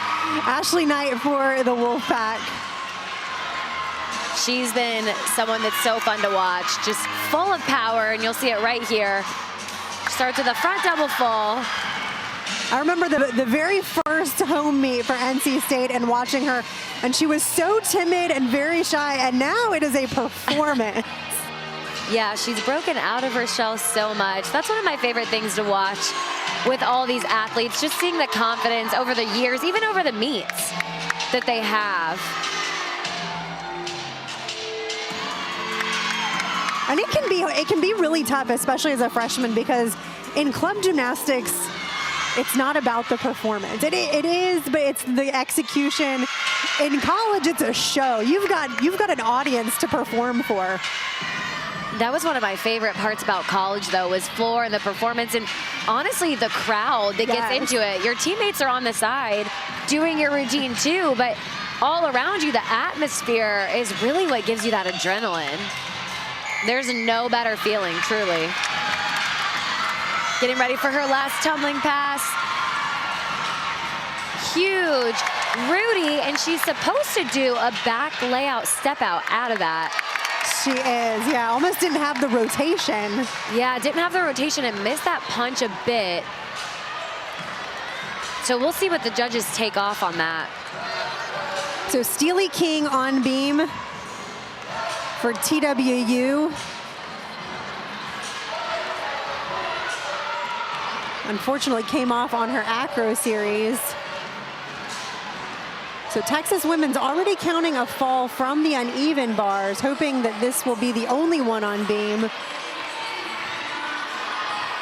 As Maggie Mace wraps up for Penn State on the uneven bars. We've seen a lot of Penn State gymnasts do that Maloney down to the pack salto on bars. That last handstand looked a little short from our angle, but a nice double out to finish. Her head looked like it whipped a little back on that landing.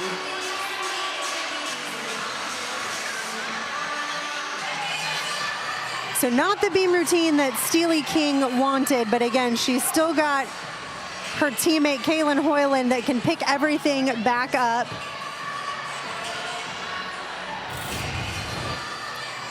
Take another look here at this double out. Really nice throughout, but just jerked it a little bit at the end. So again, she did a great job covering it though. The deduction will come from that step, but it was almost like she wasn't ready for that landing. But not to take away from, you know, the landings are hard. Like they hurt your ankles and your feet. You know, it like almost sends a shock through your body. I remember we would always joke and be like, how hard is this landing? You know, at the different away meets we went to, the soft cushioning definitely was a lot of help when we got that.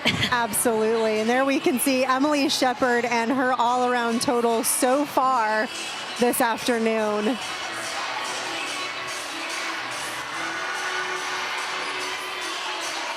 She now owns the program record for highest all-around in NC State history, and the only gymnast to have an all-around counting 9 plus scores on all of the events.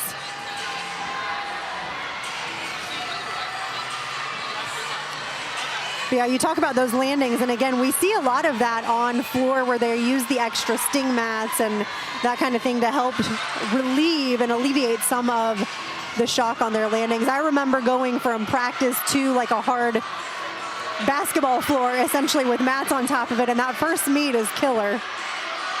Absolutely. Your body has to get used to it. This is an exhibition for Penn State on the uneven bars. Definitely had enough momentum to do a double layout. Yeah, I wonder if that's almost just like a timer that she was doing for the time being, because it definitely looked like she had plenty of power.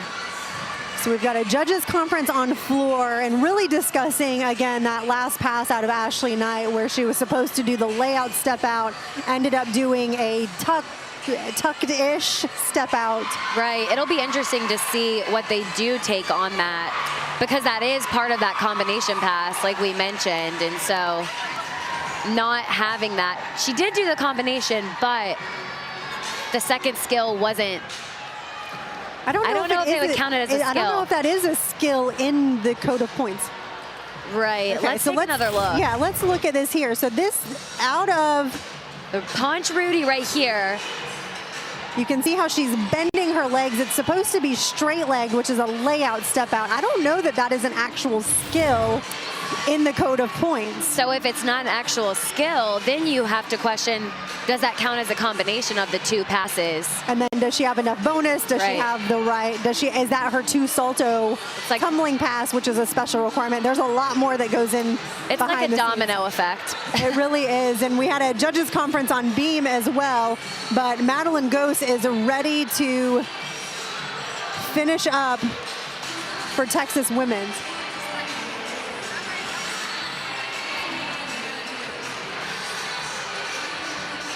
Oh yes, my apologies. This is Caitlin Holland.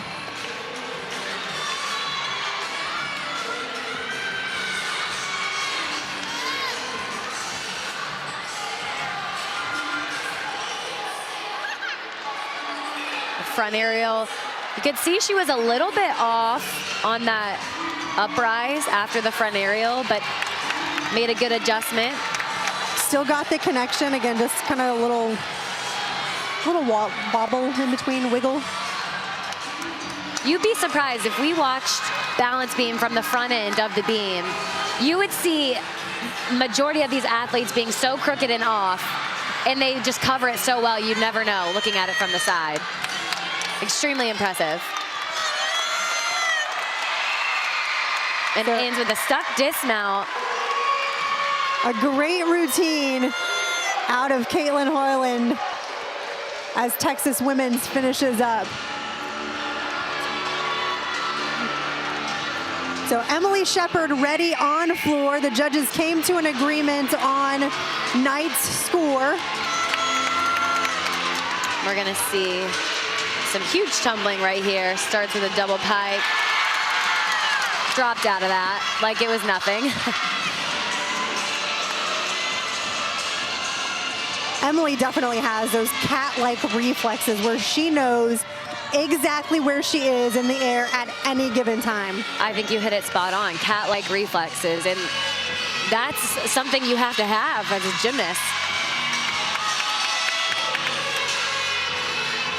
Second tumbling pass, front layout to front full.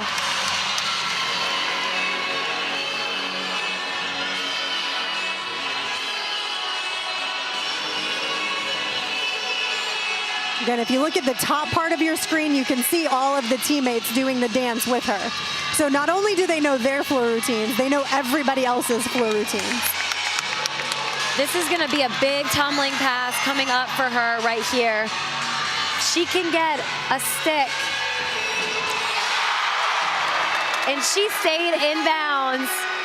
She did. She'll get a deduction for the foot coming up, but beautiful routine. I mean, just huge power and tumbling throughout. Almost had that. We spoke too soon, but again, that's still solid for NC State. All right, so taking another look at this humongous double pike to lead off.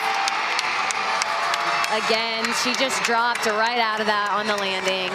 Last pass, she gets the exact same height on that, but that's the air awareness. It almost, she knew she was close to the edge.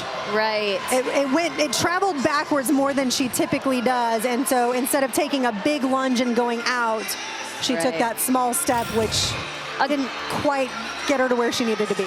And a good tumbling pass will have height, but it'll also have distance, and that's something you have to play around with.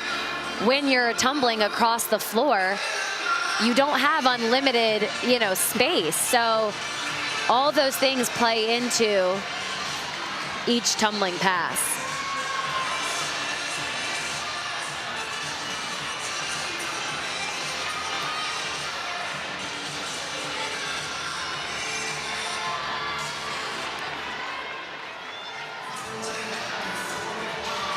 So beam exhibition. This is Caroline Bounds.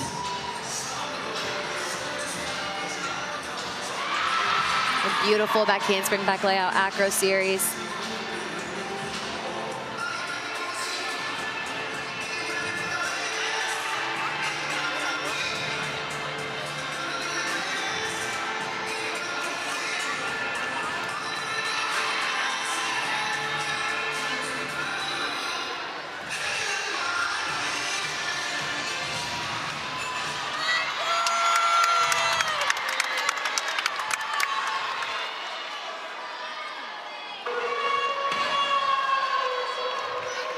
So Chloe Negretti in the anchor spot for the Wolfpack floor team. I believe we'll have an exhibition. But Chloe, like we talked about on beam, just so intense in her gymnastics, in her dance, in her execution. She's just such a fierce competitor. I just think of the word fierce when I think of Chloe Negretti. Fierce is a great way to describe her. She started out with that double pike. She had a little too much power too, but covered it really well.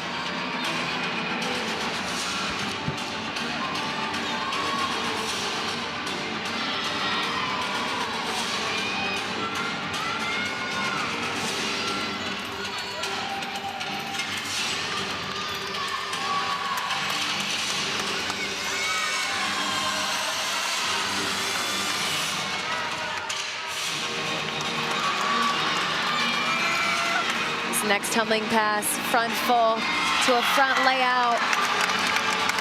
Chloe, another one similar to Emily that just knows exactly where she's at. She knows exactly how long the diagonal is on these floor tumbling passes. And you say cat-like reflexes, but on her jumps and her leaps, you see it as well. So looking for a stuck double tuck here. Almost had it bounced up on that one. Just so much power, which again, it's an exciting day. It's senior day. They're amped up. They really are. And so to be able to control that is really difficult on a spring-loaded floor. But a fantastic job out of Nittany. We're going to take a look at her first and last pass.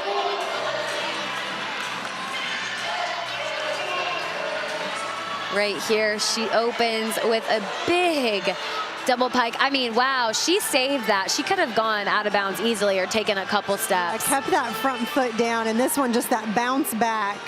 Just a little hop. You can see she was debating, do I lunge? Do I stay with my feet together? But we do, you have to take into account, too, that it is their senior night. They're amped up. They've been doing so well, so nice job. Season high for Nittany of a 9.925. I don't know if it'll quite be a 9.925, but a fantastic job on that floor routine as Madison Benson gets ready to exhibition.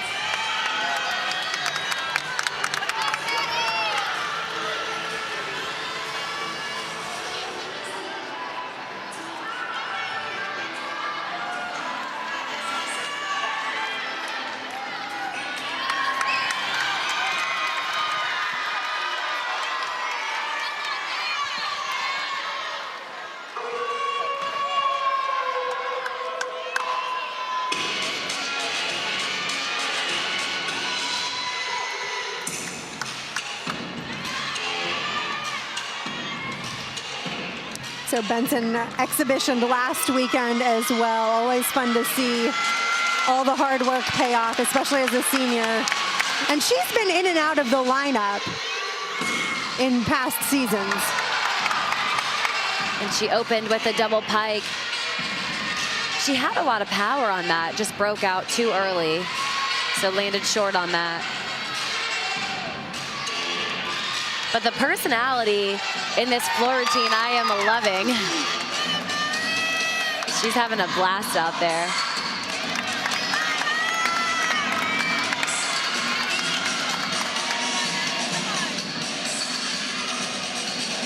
That 1.5 front pike, great job on the save. That takes a lot of strength and muscles when saving a skill like that. It absolutely does. And again, when you're not used to being in the lineup consistently, you almost try to overdo it on certain things. Ending right here with a double tuck. And just, again, had so much power, just bounced out of it. Absolutely. I think she, again, opened a little too early at the end for that. Held on it just a half a second longer. I think she would have had a perfect landing on that routine. So that's the final competitor for this Wolfpack team. A lot of great gymnastics this afternoon. What are just, again, some final thoughts overall? I absolutely am just impressed with how this competition went. You can see over on the scores how close of a meet it was between NC State and Penn State. And then Penn with their 196, great job, just consistency throughout. Unfortunately for Texas women, they did have to count a fall, but they did a great job bouncing back on beam, which is a hard event to end on. But NC State should have a lot of confidence heading into their next couple meets, as well as Penn State. We knew that we were going to see some big gymnastics and some big scores, but overall, I was impressed with just the sticks that all the teams had. We saw so many sticks and just the attention to detail, which is what we expect, again, at this point in the season. Absolutely. So NC State, the third time at 197 plus this season. Penn State, their second highest of the season barely by .025. And the University of Pennsylvania, a new season high for them. So we're going to take a quick break. We've got a senior day ceremony and the award ceremony after this. So don't go anywhere. We'll be right back.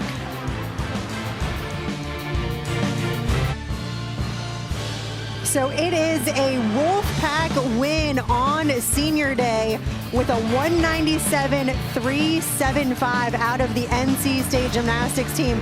Number 23, Penn State, just narrowly behind them with a 197, just a quarter tenth off of their season high as well. And Penn putting up a season high 196.05. So a fantastic final quad meet for many of these teams as they get set for the postseason. Again, with it being senior day, we've got a fantastic senior award ceremony coming up, followed by the awards.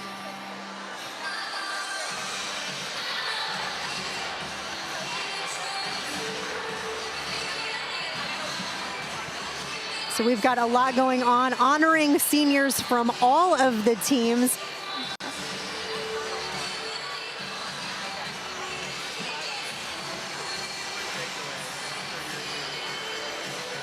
All right, so for Rachel Garland and Sydney Sneed, we're going to take a back seat, but please do enjoy this award ceremony and have a great rest of your day.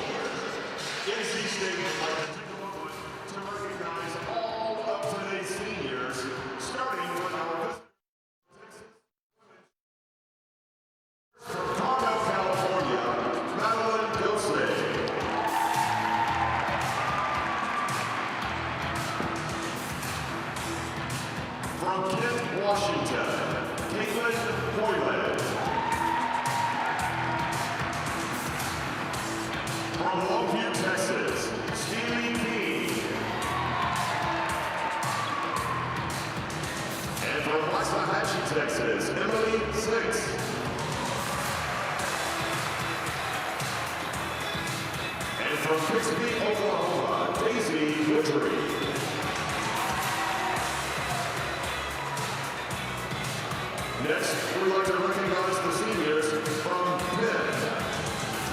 From Tucson, Arizona, Kirsten Belfall. From Westchester, Pennsylvania, Rose DeBarbery. From Franklin, Tennessee, Connie Sue. From Charlotte, North Carolina,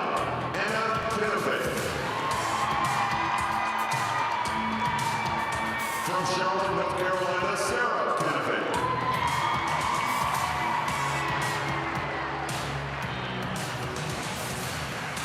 From San Mateo, California, Kristen Food. And from Newtown Square, Pennsylvania, Campbell Marr. And now thanks to seniors from Penn State. From York, Pennsylvania, Maggie Ayers.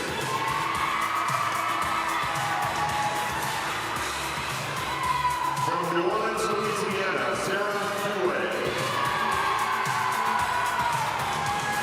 From Iron Station, North Carolina, Gabby Galentine. From Lloyds, Maryland, Maggie Johnston.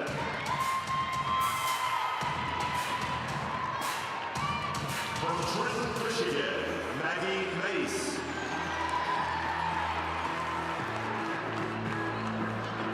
And from Worcester, Massachusetts, Cassidy Rushlow.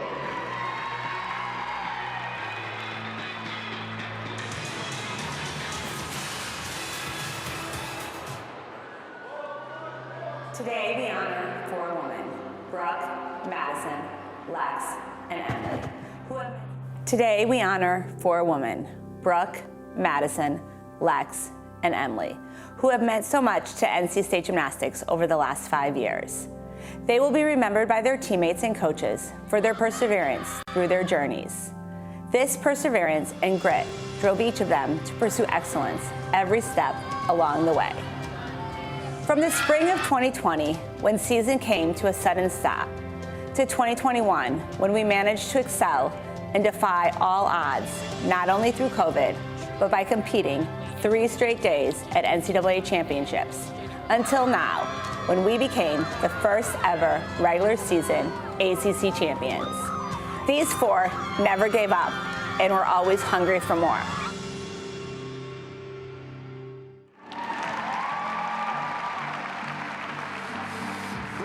two-year gymnast at NC State during the Wolfpack's 2021 and 22 seasons.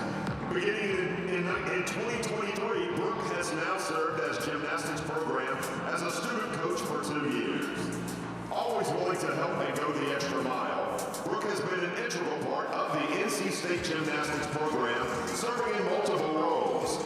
A native of Wheaton, Illinois, Brooke will be graduating with a Bachelor's of Science in Human Biology, a program she has excelled in and received 2 all-conference scholastic team selections when she was a student athlete. Brooke plans to stay in Raleigh to continue working with her church's college ministry upon graduation. Today, Brooke is escorted by her parents, Keith and Kristen, her brother Ethan, and her sister-in-law, Maddie. Brooke, thank you for everything. You have been the epitome of taking advantage and enjoying opportunity. After the decision was made to retire from the sport of gymnastics, you embraced your new role with gratitude and initiative. It takes a village to achieve success, and you were a big part of that village day in and day out. Your willingness to do the little bit of extra was noticeable daily. Described by your teammates and coaches as hardworking, compassionate, and supportive, you will be remembered for your 100% dedication to Wolfpack Gymnastics. Whether you were training, coaching, giving a pep talk, or moving a mat, Brooke, you were always giving your all for the team. You have taught others to believe in themselves and to trust the process. As one of your teammates said, everyone needs a Brooke in their lives. Although you will be missed next year, we are excited for you to stay in Raleigh as you continue working for your church's college ministry. Pack Gymnastics appreciates all you have done over the past 4 years and is excited to follow your next journey. Thank you for everything you've given to NC State Gymnastics. Ladies and gentlemen, Brooke Conley.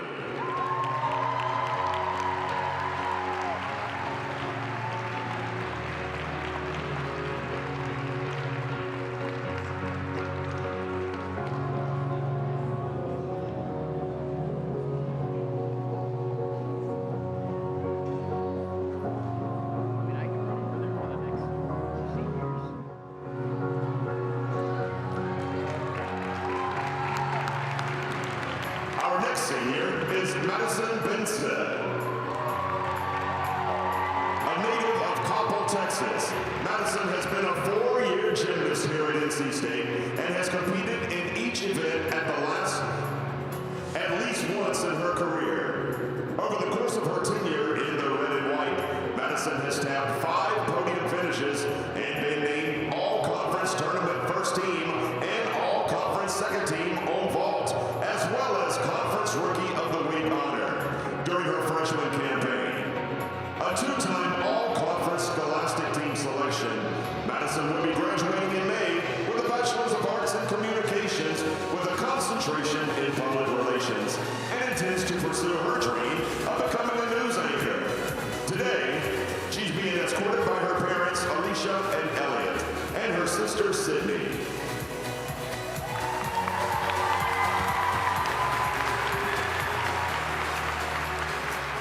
Madison, it is crazy to think how time has flown by, as I remember having dinner with you and your mom after practice when I visited Texas back in the fall of 2019. We talked about how exciting becoming part of the pack was going to be, and our college was right around the corner.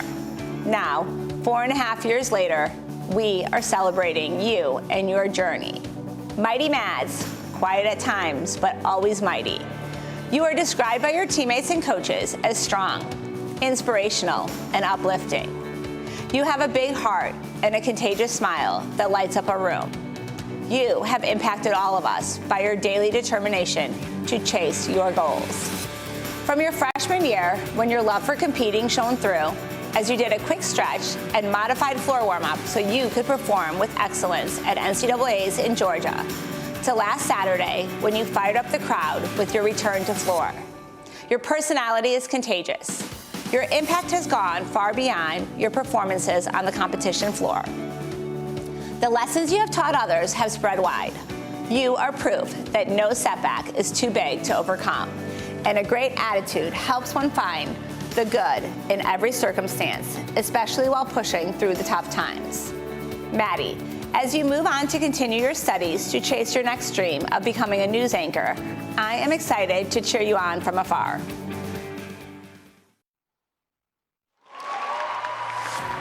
Madison, we know great things are ahead for you, and so thankful for everything you've given to NC State.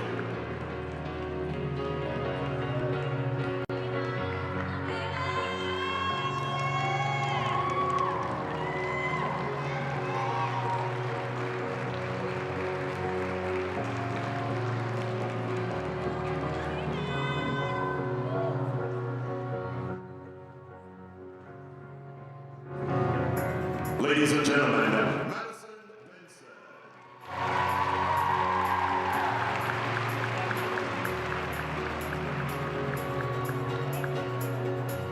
Our next senior is Alexis Ortega. Alexis completed her undergraduate studies in May of 2023, earning a Bachelor's of Arts in Biological Sciences with a minor in Business Administration. Opting to compete for a 5th season, Lex is currently working towards a graduate certificate in professional communication and managerial skills. She's been a major contributor in her time at NC State, both inside and outside of competition, collecting 4 all-conference honors, 3 conference all-tournament awards, while maintaining a status as a 3-time all-conference scholastic selection. Alexis has totaled a pair of Conference Specialists of the Week awards in her time at NC State, coming into this afternoon's meet with 27 podium finishes and 12 individual titles. Ortega's career was highlighted by winning the Conference All-Around Championship in 2023, topping the leaderboard with a 4-event score of 39.25 at the 2023 Eagle Championships. This season, Lex aspired a pair of new career highs with a 9.925 on beam against North Carolina and a 9.95 on the bars at Temple with Maryland and Penn to earn a pair of event crowns, building towards 7 total podium finishes entering in today's meet. Today, Alexis is being escorted by her parents, Lisa and Eddie, and her brothers, Nick and Matthew.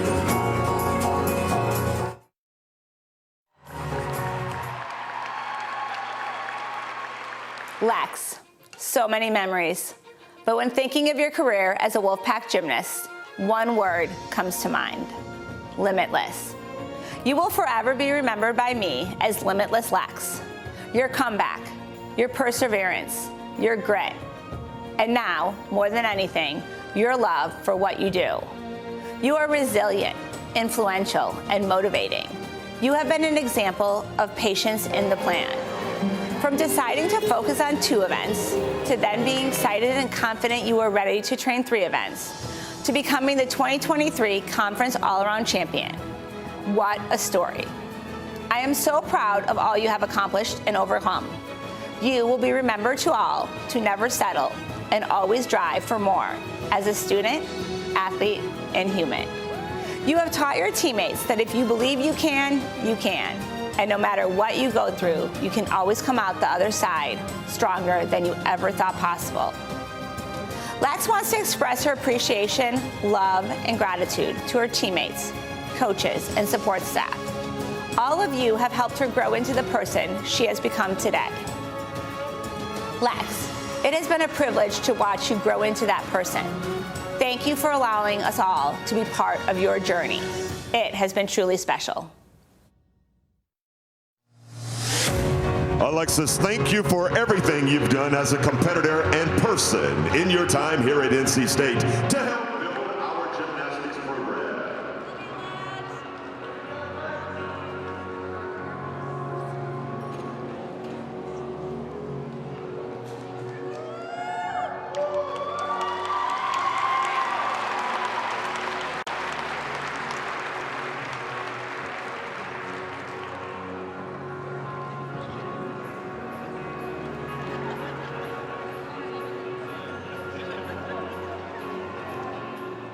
Ladies and gentlemen, Alexis Ortega.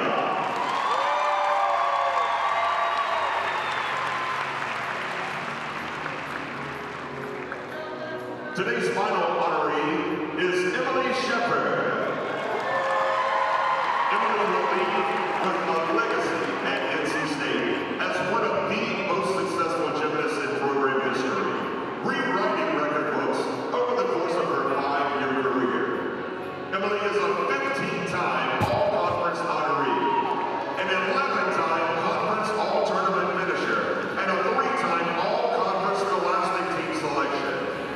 After winning the beam and all-around crown in 2022 Eagle Championships, Emily became the first gymnast in program history to win Conference Gymnast of the Year twice in a career, claiming the 2021 and 23 Eagle Gymnast of the Year award.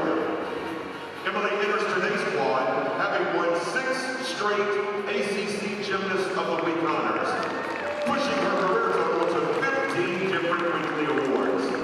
Emily's outstanding career included a breakout 2021 campaign in which she was named both Eagle Gymnast of the Year for the first time and WCGA Region 5 Gymnast of the Year. Even before today's action, Emily holds program records for the most scores of 9.9 or higher in program history with 51, the most 9.9 or higher scores on bars with 14, the most scores of 9.9 or higher on beam with 13, the most scores of 9.9 or higher on floor with 21, and she's tied for the most in program 9.9 or higher on ball with 8. Emily has fired a program best 37 scores of 39 or higher, all-around scores over her 5 years of competition, and earlier this season became the first gymnast in NC State history to record a 9.9 or higher in all 4 events during the same meet, back on February 17th against Clemson. That same day, Emily's all-around effort scored a 39.75 and set a new program record for the best all-around score in program history, which also marks the highest ever recorded by a gymnast from an ACC school. A great representation of both NC State University and our gymnastics program. Emily will be graduating in May with a Bachelor's of Arts in Biological Sciences, along with a minor in Sports Science.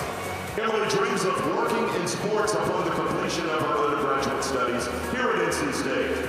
Today, she's escorted by her parents, Corey and Philip, her grandparents, Mary, Ron, Juanita, and Wayne, and her club coaches, Holly and Katya.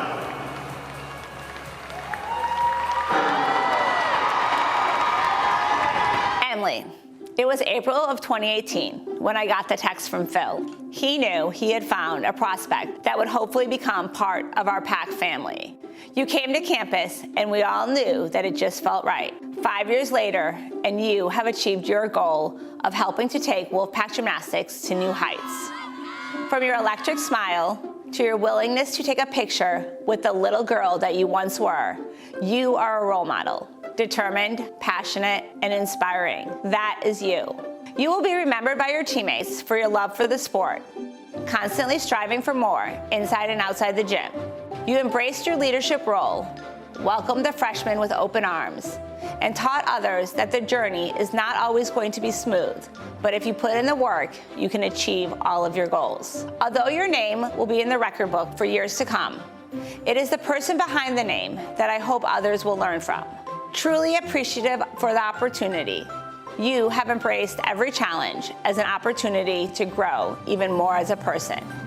Emily, chase your next dream of pursuing a career in the sports industry, the same as you chase this dream, as the future belongs to those who believe in the beauty of their dreams.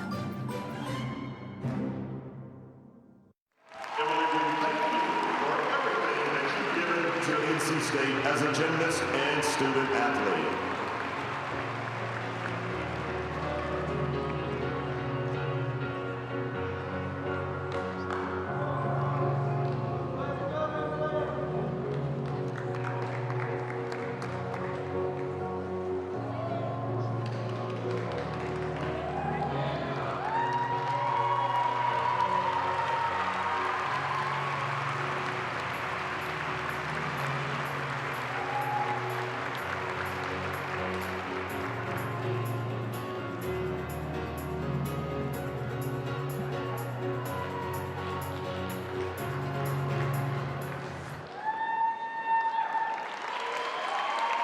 Ladies and gentlemen, Brooke, Madison, Lex, and Emily.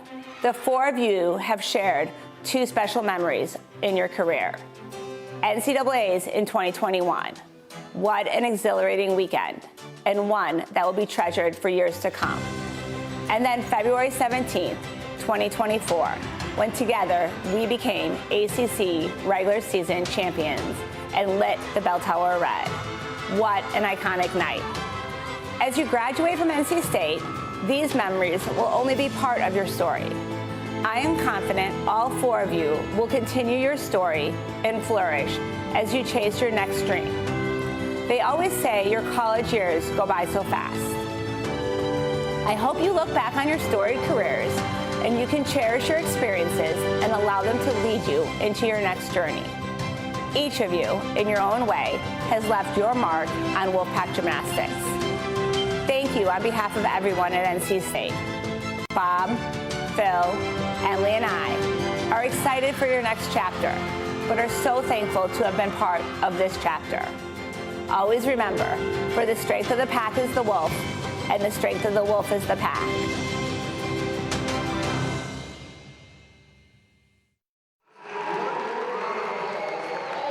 Incredible seniors, and thank them once more for their contributions to this team as we wish them luck in their future endeavors.